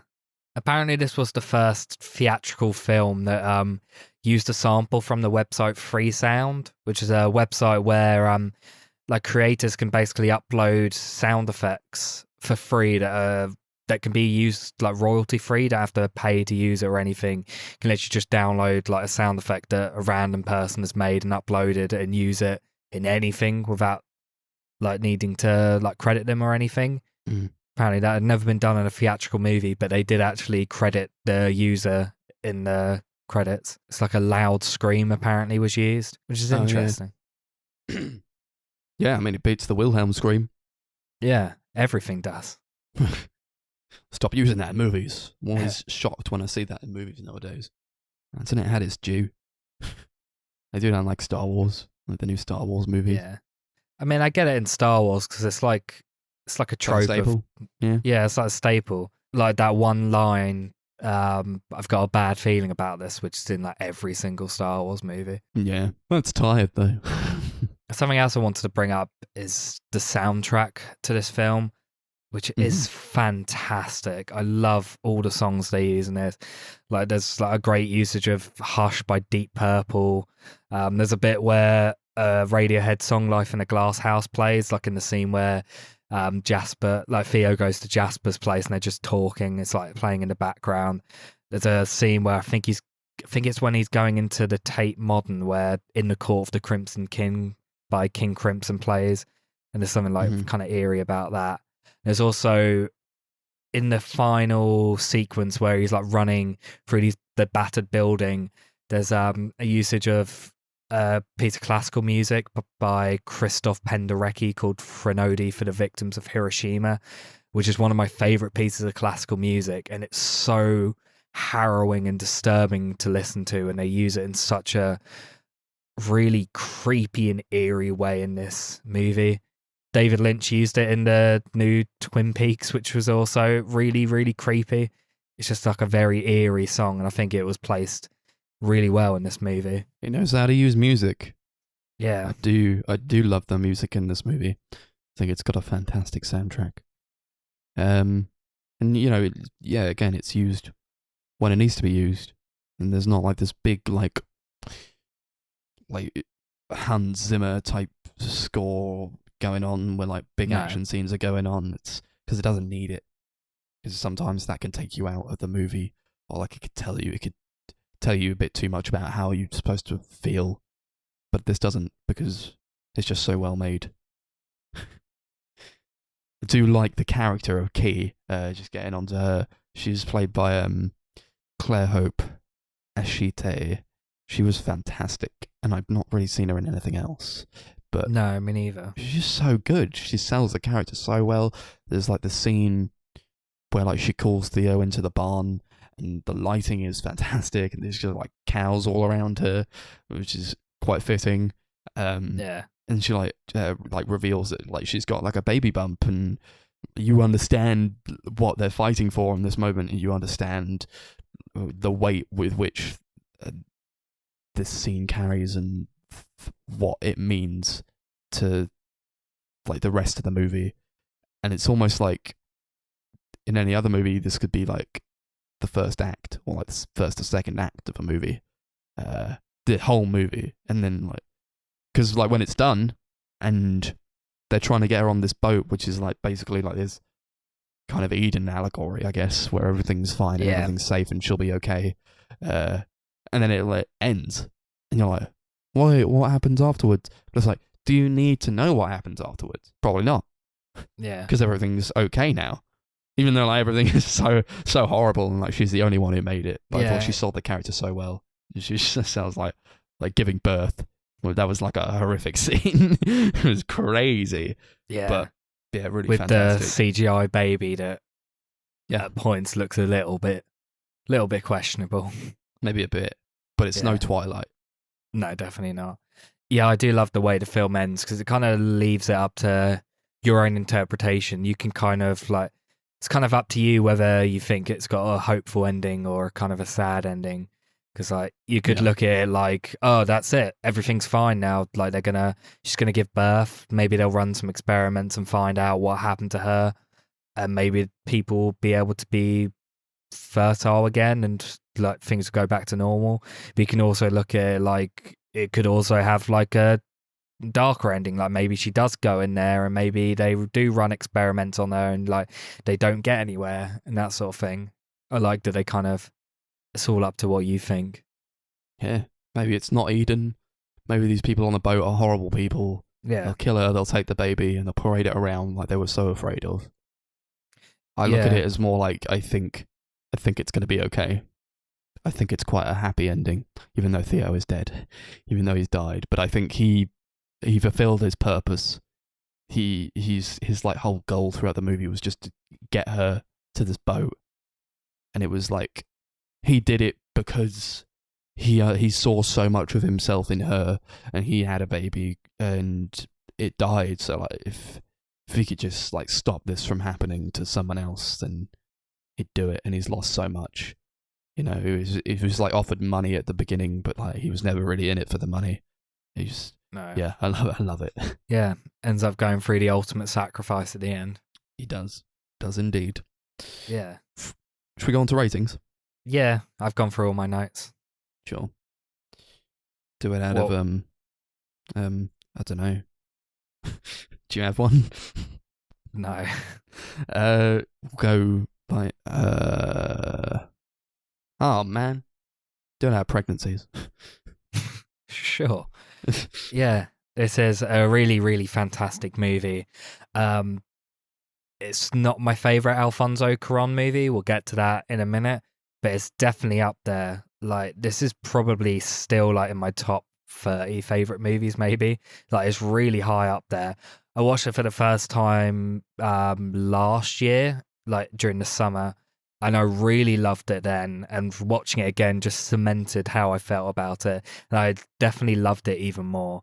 And I can definitely see this being one that I'm going to watch multiple times in the future because it's just a incredibly well made movie. I'm going to give it 10 pregnancies out of 10. Yeah, I love it. It is my favorite Alfonso Cuarón movie, and it's one of my favorite movies ever. Watch it all the time. I'll watch it till the day I die. I think it's probably a movie that you should see. It's like it is. I feel it is quite important. It is an important piece of cinema. Everybody goes on about it, but it's not like, I don't think it's like revered as much as like a Jaws is, or like a Blade Runner or something. It's one of those films I've heard so many people say is like super underrated and not as loved as it should be. But at the same time, I've heard loads of people talk about it. It's kind of weird. It's like a film that everyone who's seen it loves it, but not enough people have seen it. Yeah, I do think get out of out the three there. films, it's the most accessible. So I'd highly It is. recommend everyone watch it. It's a super fun time as well as just being like a really great commentary on like the world and how we live and how we could end up. It's just a really fun action Definitely. movie, I think. Yeah, 10 pregnancies out of 10. I love it. Hell yeah. Okay, so I guess we're on to Children of Men at this point in the podcast. I wasn't really sure what to expect from this one because Chris was adamant this was probably going to be the one that I enjoyed the most. Seems to be the most accessible of his films. It's got sort of like a Hollywood star cast, if that makes sense. So it seems like a movie that you probably go and see if it came out in the cinema, which it probably obviously did. But actually, don't get me wrong, I actually think this film is actually really good. Everyone's really good in this film, especially Michael Caine. But who doesn't love Michael Caine? Clive Owen, absolutely amazing. And even the lady that played the pregnant lady, I'm so sorry, that is just terrible because I don't actually know her name. But everyone was just amazing in this like horrible, dingy, dirty, grungy movie that feels like it's probably about to actually happen in real life. It was just a horrible, chaotic, dystopian nightmare. But still a solid movie. I just didn't enjoy it as much as I thought I was going to. Much to everyone's surprise, probably, because this film is actually quite highly regarded. But there you go. So I gave this movie an 8 out of 10. Now we're getting on to the last film in the marathon, that being Alfonso Cuarón's most recent movie from 2018 called Roma. It's about set in like the early 70s in Mexico City, and it's about Cleo, who's a maid and a houseworker who's helping Mother Sophia and Father Antonio take care of their 4 children at their house. And through complications, complications present themselves, and Antonio runs away suddenly to be with someone else, and Cleo discovers that she's pregnant, and it's basically about like her life in these months. I think it takes place over maybe a year, and I think this is probably Alfonso Cuarón's most personal movie. It's based a lot on like his life growing up in New Mexico, his nanny that he had growing up. It's like a tribute to her, and like the women in his life when he was growing up, and you can tell it's shot in black and white. Looks fantastic, and I have seen it many times. I got the Criterion Blu-ray, and I've watched like the behind the scenes stuff. I've watched all the supplements. I've seen the Road to Roma documentary. And you just, I was watching like the Road to Roma documentary like last year or something. I was like, this man is insane. This man is crazy, and not like oh, he's crazy talented, but like he's actually insane. I feel he comes across as like a madman. He has to He's get a absolutely perfectionist. everything. He's a perfectionist. Yeah, he needs everything to be exactly precise. And I mean, this movie is definitely precise in a way that only he could make it. But yeah, I love it. What do you think of it? Yeah, this is it was my second time watching it. First time I watched it, I really loved it, and I wasn't sure what I was going to think this time around.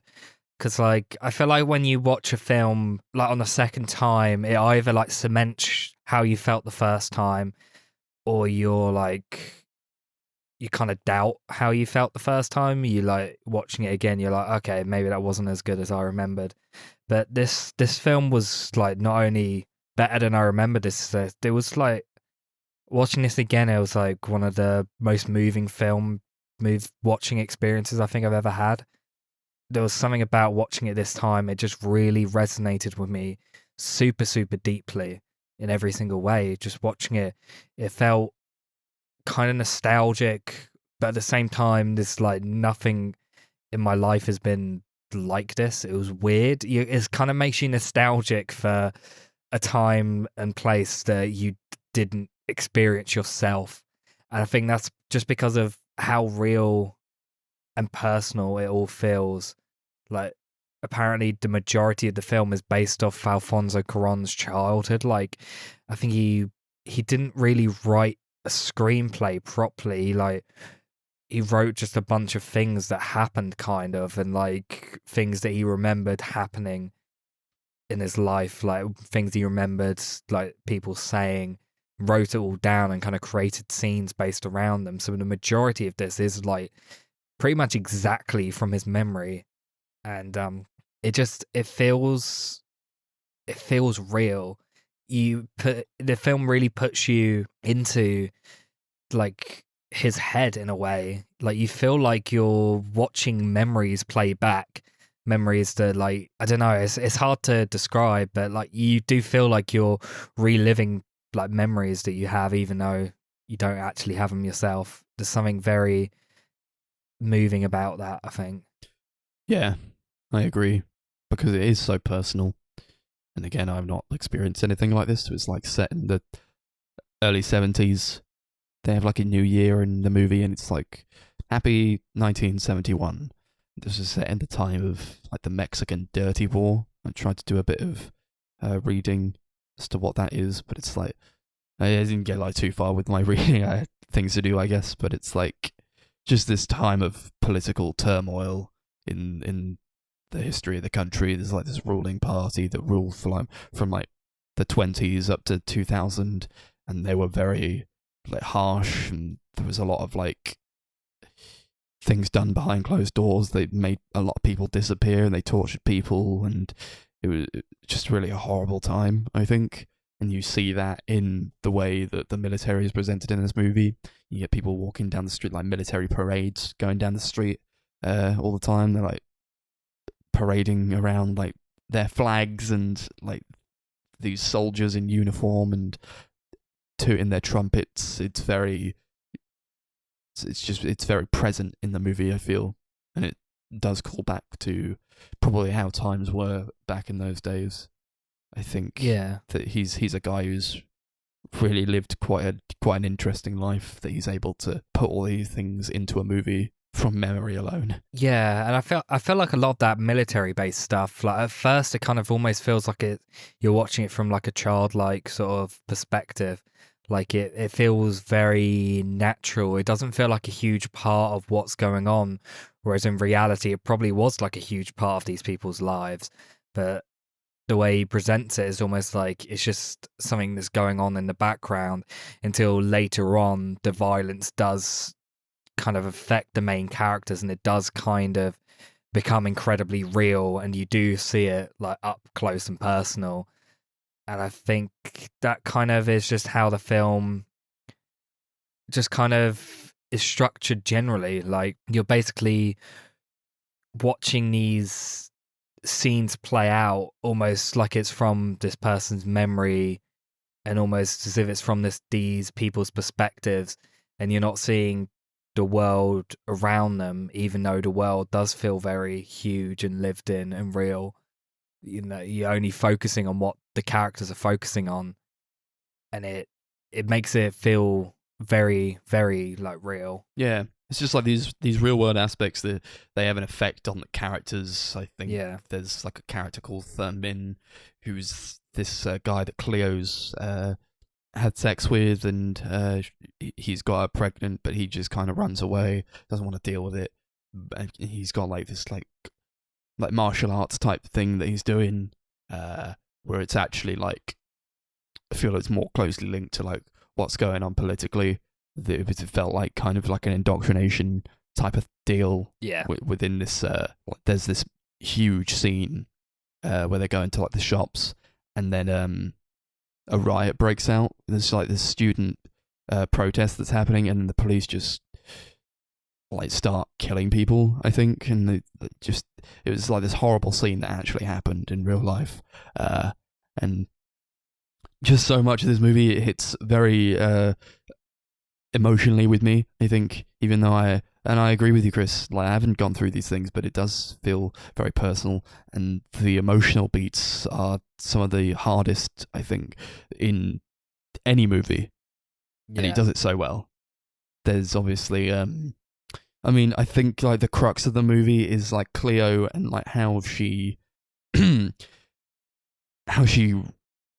works with and how she relates to like the family in the movie and the children especially. She loves the children so much, and you really get this great chemistry between her and the family, and I think like the kids do a fantastic job too.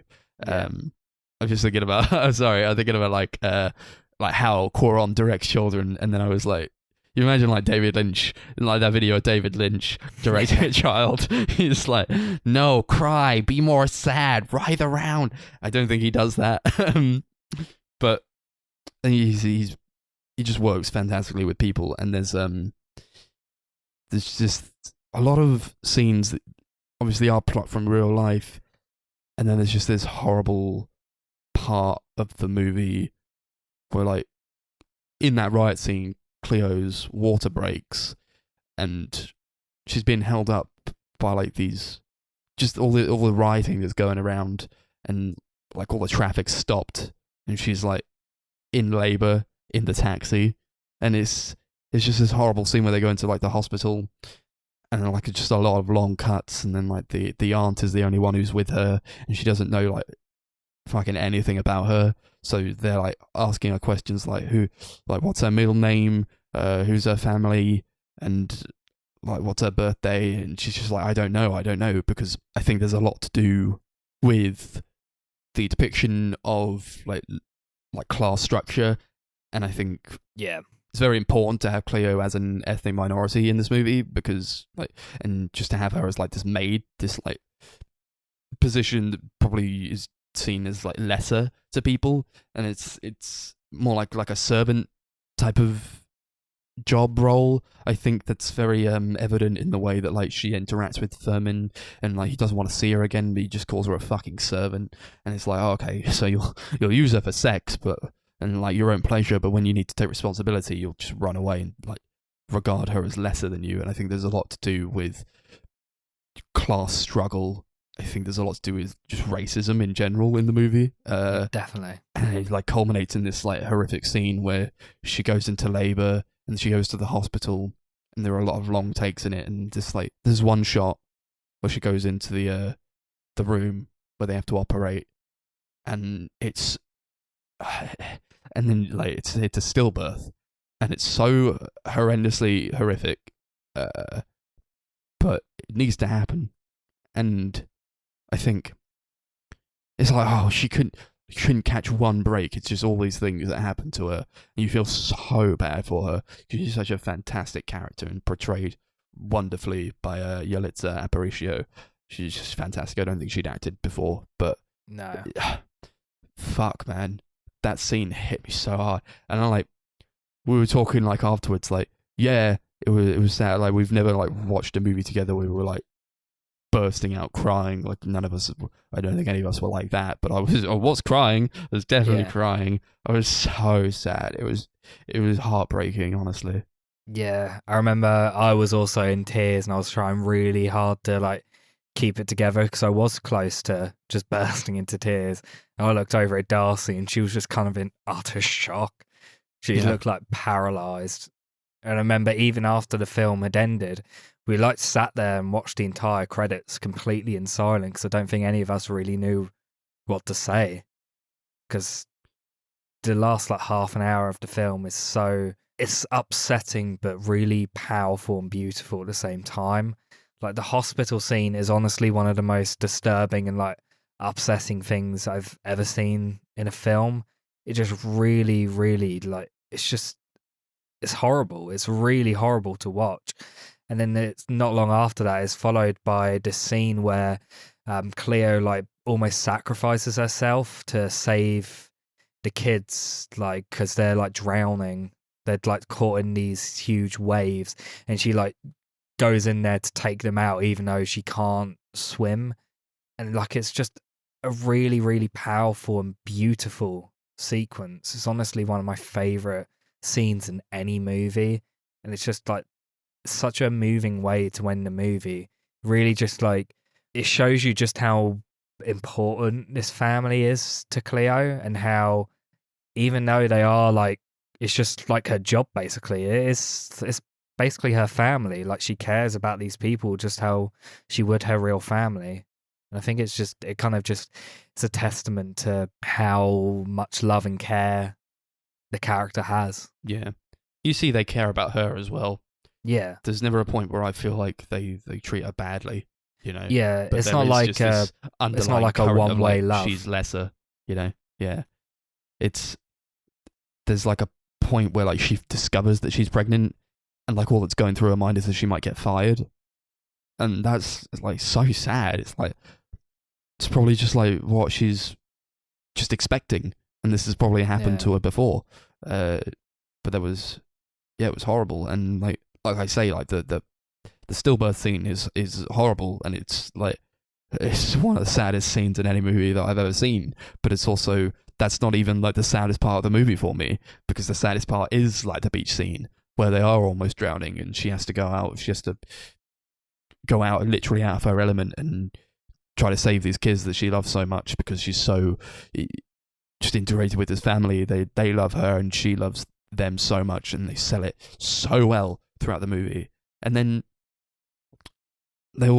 luckily they all survive, thank God, and they were all just like sobbing on the beach together. They've all been through this horrendously traumatic experience, and like the mum comes back and she runs up to them, like they all hug in this super impressive lovely shot where they're all just hugging on the beach. Yeah, and the poster of the film. She's just sobbing, and like they're telling her that like they love her and like thank you for saving us, and she just, like, the saddest part of this movie for me is when she confesses to them that she didn't want the baby to be born. And she says, I didn't want her to be born. It's horrible. It's so sad. It is. Yeah, it is really, really sad. There's loads of scenes throughout on the other side of things I think are really sweet and beautiful, of Cleo just like interacting with the kids. Like there's a scene right at the beginning where there's like a character who doesn't want to do something, and he's like pretending to be dead, and she's just like, okay, I'm going to join you. And she just lies down next to him. I love that scene. And there's also like a recurring bit that comes back a couple of times where there's like a kid talks about this dream he had, and he talks about it's like when I was old, and he talks about being a sailor and that sort of thing. I love that scene a lot as well.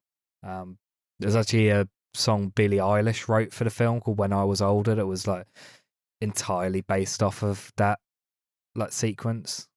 It's just a really beautiful scene. It's just very simple, like, but it just shows you how much the kids care about her. Like they're having these conversations like they would to like probably their parents. They probably would have the same sort of conversation to their mother, and like in some ways she kind of is like a motherly figure in some ways. Yeah, I do like that kid Pepe.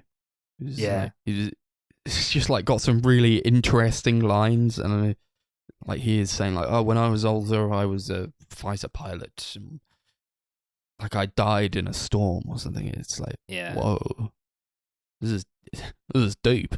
But I love it so much, and it's like I love the kids so much. I don't think they ever weigh it down at all. I think they all play their part very well. I don't think they're not like huge. They don't have like loads of lines, but they just sell the parts, I think. Definitely. And I love Sophia as well, the mother, played by Marina de Tavera. She's fantastic.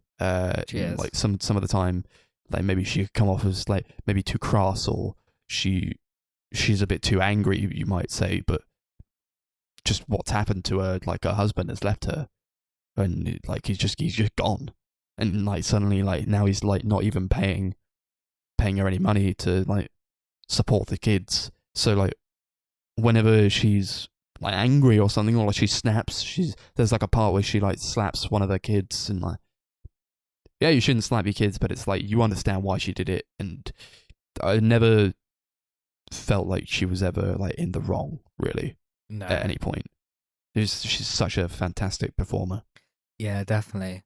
She was like one of the only people in the film who was actually like a trained actor who'd been in stuff before. So like filming the film, it kind of like was hard for her because so much of the scenes are almost like there's like a lot of improvisation in some ways. Like Alfonso Cuarón didn't give anyone the script before like filming the scenes. Like he basically would give them the lines on the day, and he would also like tell different actors to do things to just like create chaos and like shake up the scenes a little bit. Like in a dinner scene, for example, he was talking about this in the Road to Roma documentary. He'd be like, yeah, in a dinner scene, I'd like tell one of the kids to throw a fork on the floor, and I wouldn't tell the other actors, and I'd say to one of the actors, if something happens, you just gotta react to it and make a big deal of it. And that's the sort of thing that happens a lot in the film. And he said that that's exactly what life is like. It's chaotic, and you can't plan how you'll react to a given situation.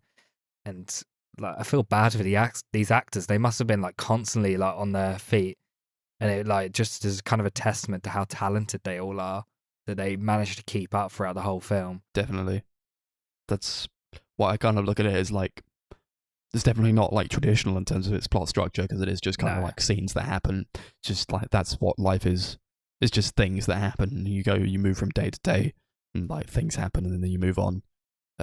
It's not got like this grand, like, I guess like the beach scene is kind of that grand finale type scene, but then it's like they just go home and like you would after a holiday, and you're like, oh, that was so good, and like everything's changed now. Like the dad's taken away his bookcases, so like all the books are on the floor, but you get the sense that like they're going to be fine after this.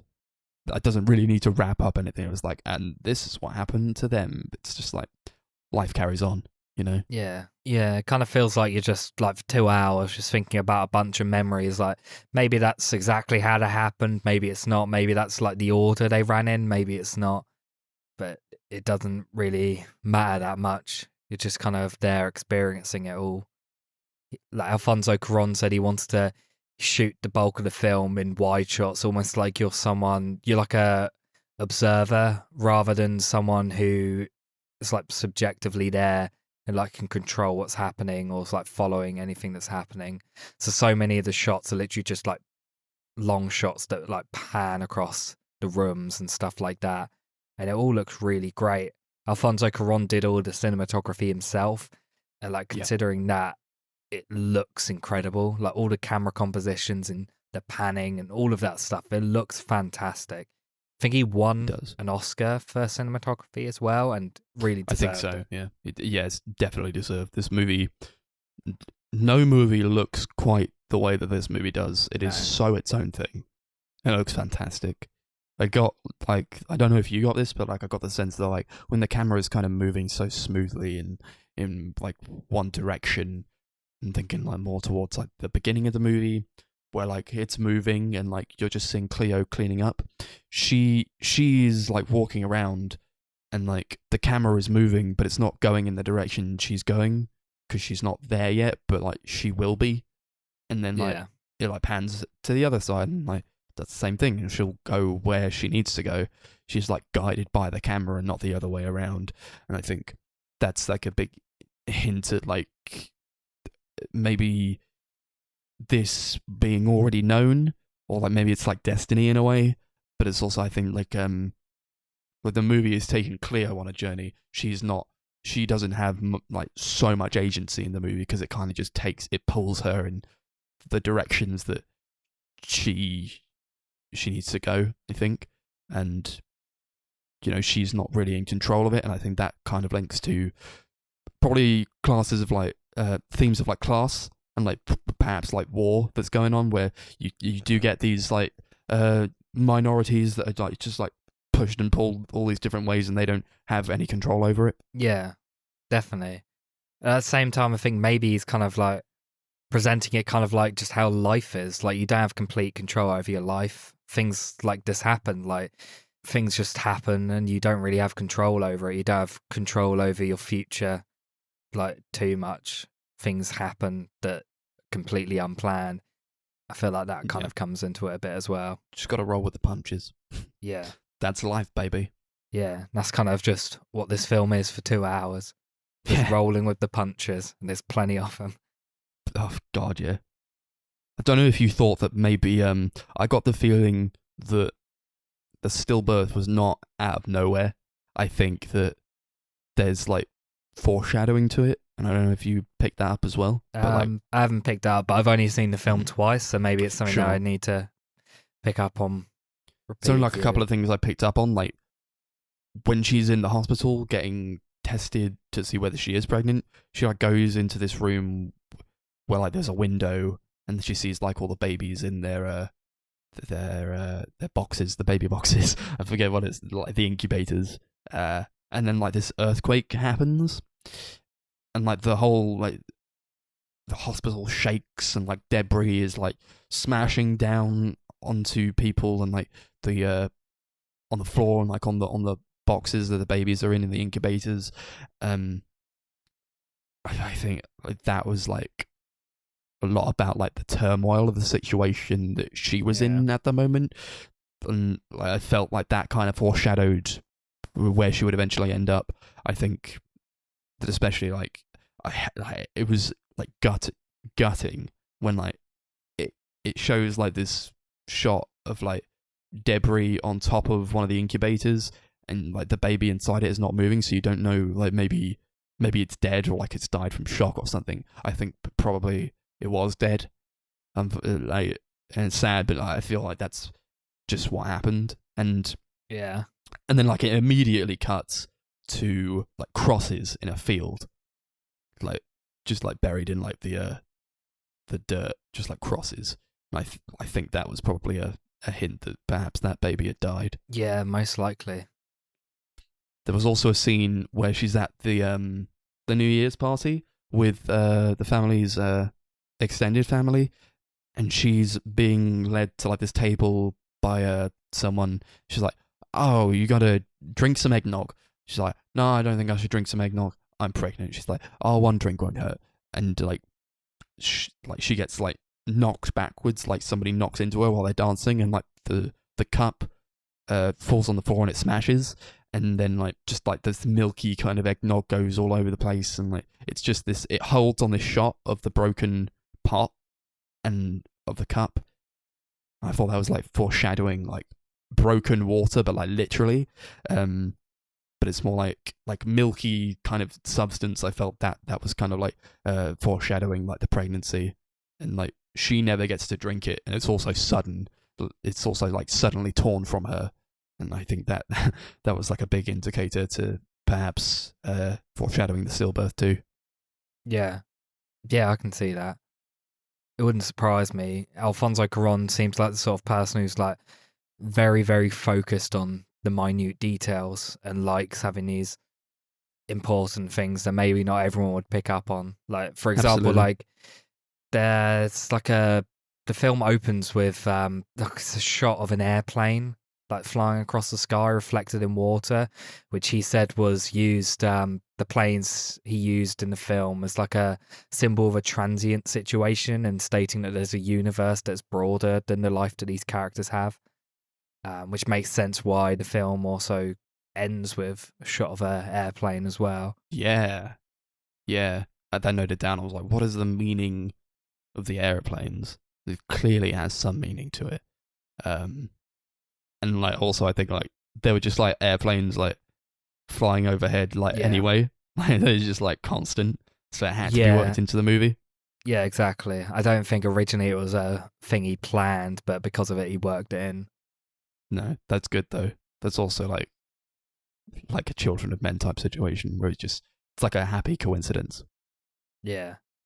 There's a lot of like special effects work in the film that is really great, because he like uses a lot of like invisible like special effects like CGI and stuff to like a lot of the time to create like to really like sell the appearance of the world, really like date where everything is, like age certain sequences. There's a lot of bits where he like stitches like shots together to make it look uninterrupted, like the beach sequence at the end. Like when they go into water, apparently it was like made up of several different shots that he stitched together, and also like they made the water look a lot deeper than it was. They adjusted the height of the water in post as well. Yeah, that's, I think like pretty much all the like scenes in the neighborhood like surrounding the family's home has a lot of like blue screen work to like just get rid of anything that's modern, and like to extend the street as well. And yeah, it all looks incredible. You wouldn't be able to tell at all. And I think that's what like the best special effects do. Makes everything visible. It's also seamless. Yeah, exactly. Yeah, you couldn't tell. And like even like I was saying, like to Darcie when we were watching, like, all right, see, shots going up. You tell me what's like green screen or blue screen in here. Couldn't tell me. And like if I hadn't known, I wouldn't be able to tell you either. Yeah, It's just so well done.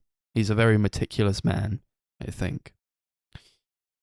definitely. There are a lot of like dead stuffed animals at like the family's house when they go like for New Year's. I don't know if you picked up on that. Just like so many like like there's dogs heads on like the mantles, or like stuff like gazelle in the places in like the living room and all that. I think that was probably tied into like the class theme, like stuffed animals on display kind of contrasts like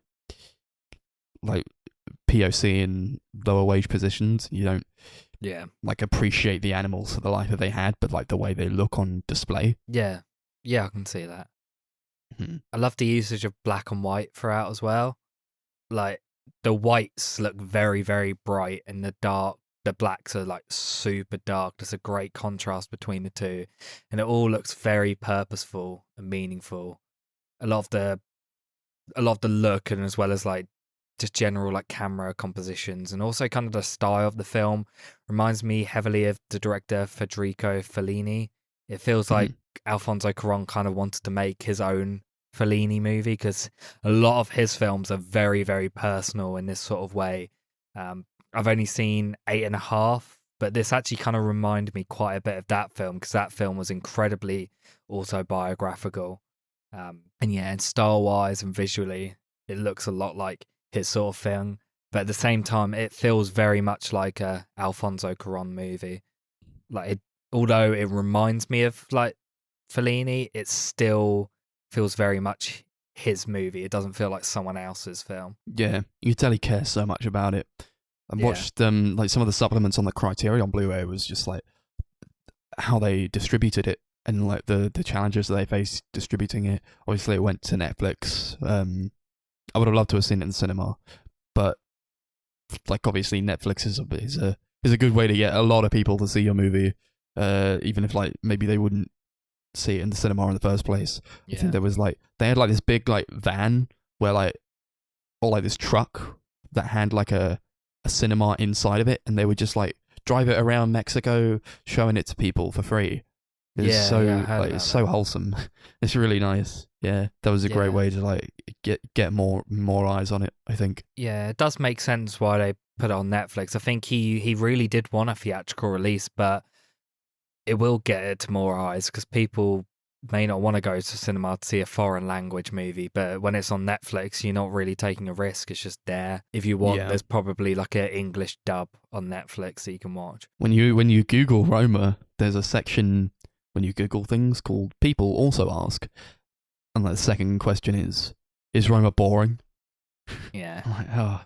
And it's just got this like short like review type thing where he's like, Roma is boring, dull, slow, and for the most part a cliche and lifeless adventure. It's like, that's very subjective. Like, one person's boring as another person's very Yeah. interesting and layered, I think. This is not boring to me. I think I'm never really bored at all in this movie because I think it just has so much going on. And I think because it's not filled with like super like action-packed stuff, like if you were to go into this and like you were used to those kinds of movies, maybe you feel like nothing had actually happened. But I think it's just packed full of things, you know. Yeah. Even in terms of like a drama, there's not like the emotional beats that you'd expect from a drama. So I can imagine people watching it and being like, it's just a string of things and nothing really happens. But I don't think that's the case at all. Like you said, what one person may find boring, another person going to find really interesting. I kind of understand how someone could watch this and find it boring, but I don't find it boring in the slightest. Yeah, it's not for everyone. Can tell black and white Mexican movie is probably going to turn a few people off. But hey, it's obviously it's out there. People know about it. I think it did very well, I'm sure. Yeah, won a bunch of Oscars. Alfonso Cuarón won Best Director. It's the first foreign language film to win the Academy Award for Best Director. Yeah, it was just so like obvious that it was going to happen, right? Like especially like for foreign film, like if they're like nominating a movie for like Best Picture or Best Director from the foreign category and like none of the others are in it, like it's pretty much guaranteed that movie's going to win the foreign category.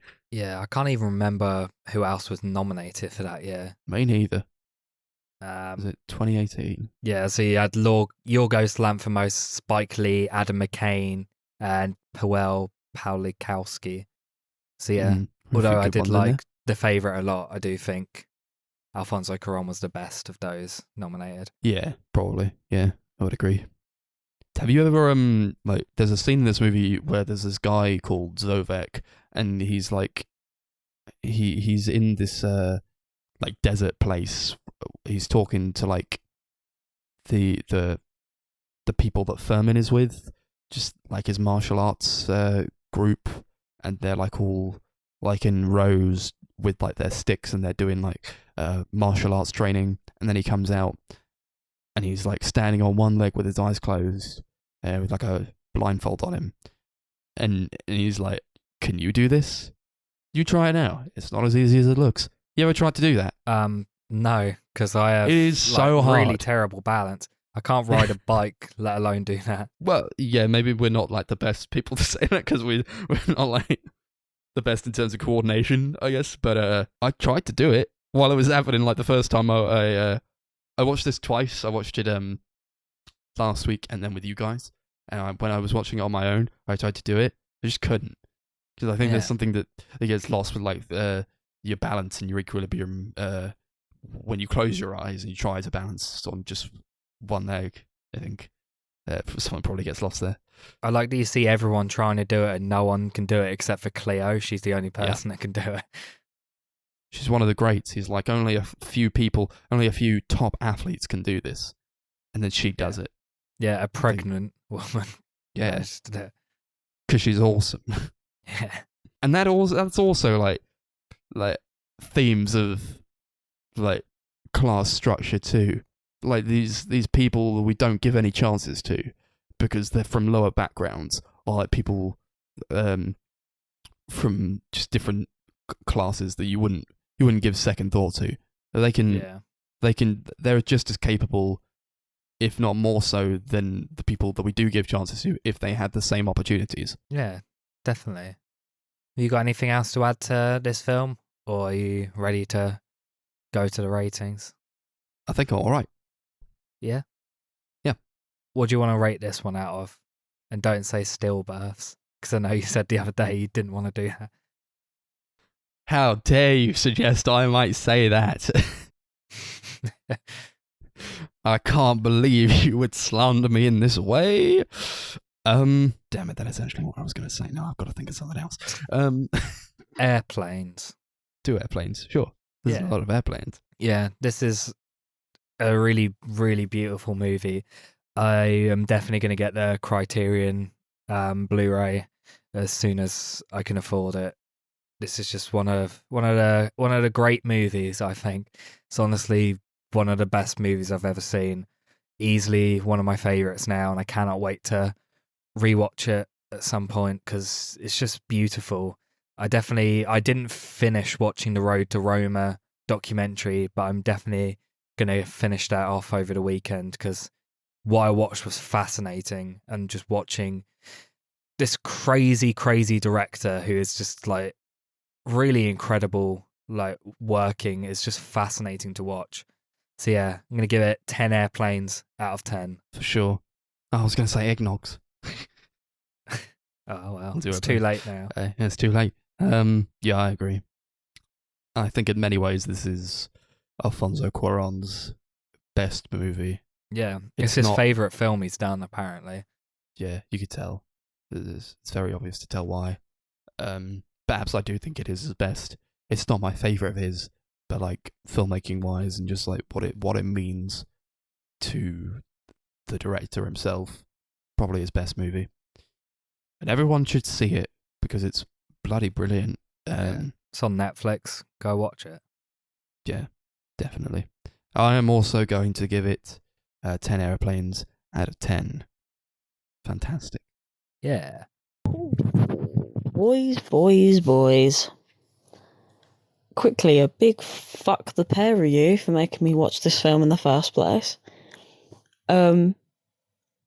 But after you get over the fact that I'm never going to get over this movie and I'll probably never watch it ever again, I fucking love this movie. I love it. Don't get me wrong, the trauma from this movie and watching it with you two, I'll never watch this film ever again. I think it's a film that is so, like, painful to the human experience. I just don't want to watch this ever again. It is, everything about it is lovely. But I don't mean lovely, I can't explain this in words. Everything is shot so nicely. There's like points during watching it with the boys where I'll just be going, oh my god, that's so pretty. And then it turns out it's because there's like a fucking forest fire happening. And I'll be like, oh, but it just looks so pretty. And it's just shot so nicely. And it's a gorgeous film. If you can handle pretty heavy life content, then I would definitely recommend this. In fact, I just recommend it altogether. Go and watch it. But watch it only once, I would say. Oh my god, it's incredible. I can't remember if I gave it a 9 or 10 out of 10, but do you know what? You can come back and get a 10. Get a 10 from me, boys. Fucking beautiful. Another film to add to the perfect score list. It is, yeah, wonderful. So, that's that, episode 40, done, in the books. It was a long one, but needed to be done. This guy he's one of the greats out there, I think. They're 3 very deep movies that I feel like you could probably have longer discussions about. Yeah, definitely. So, that's that.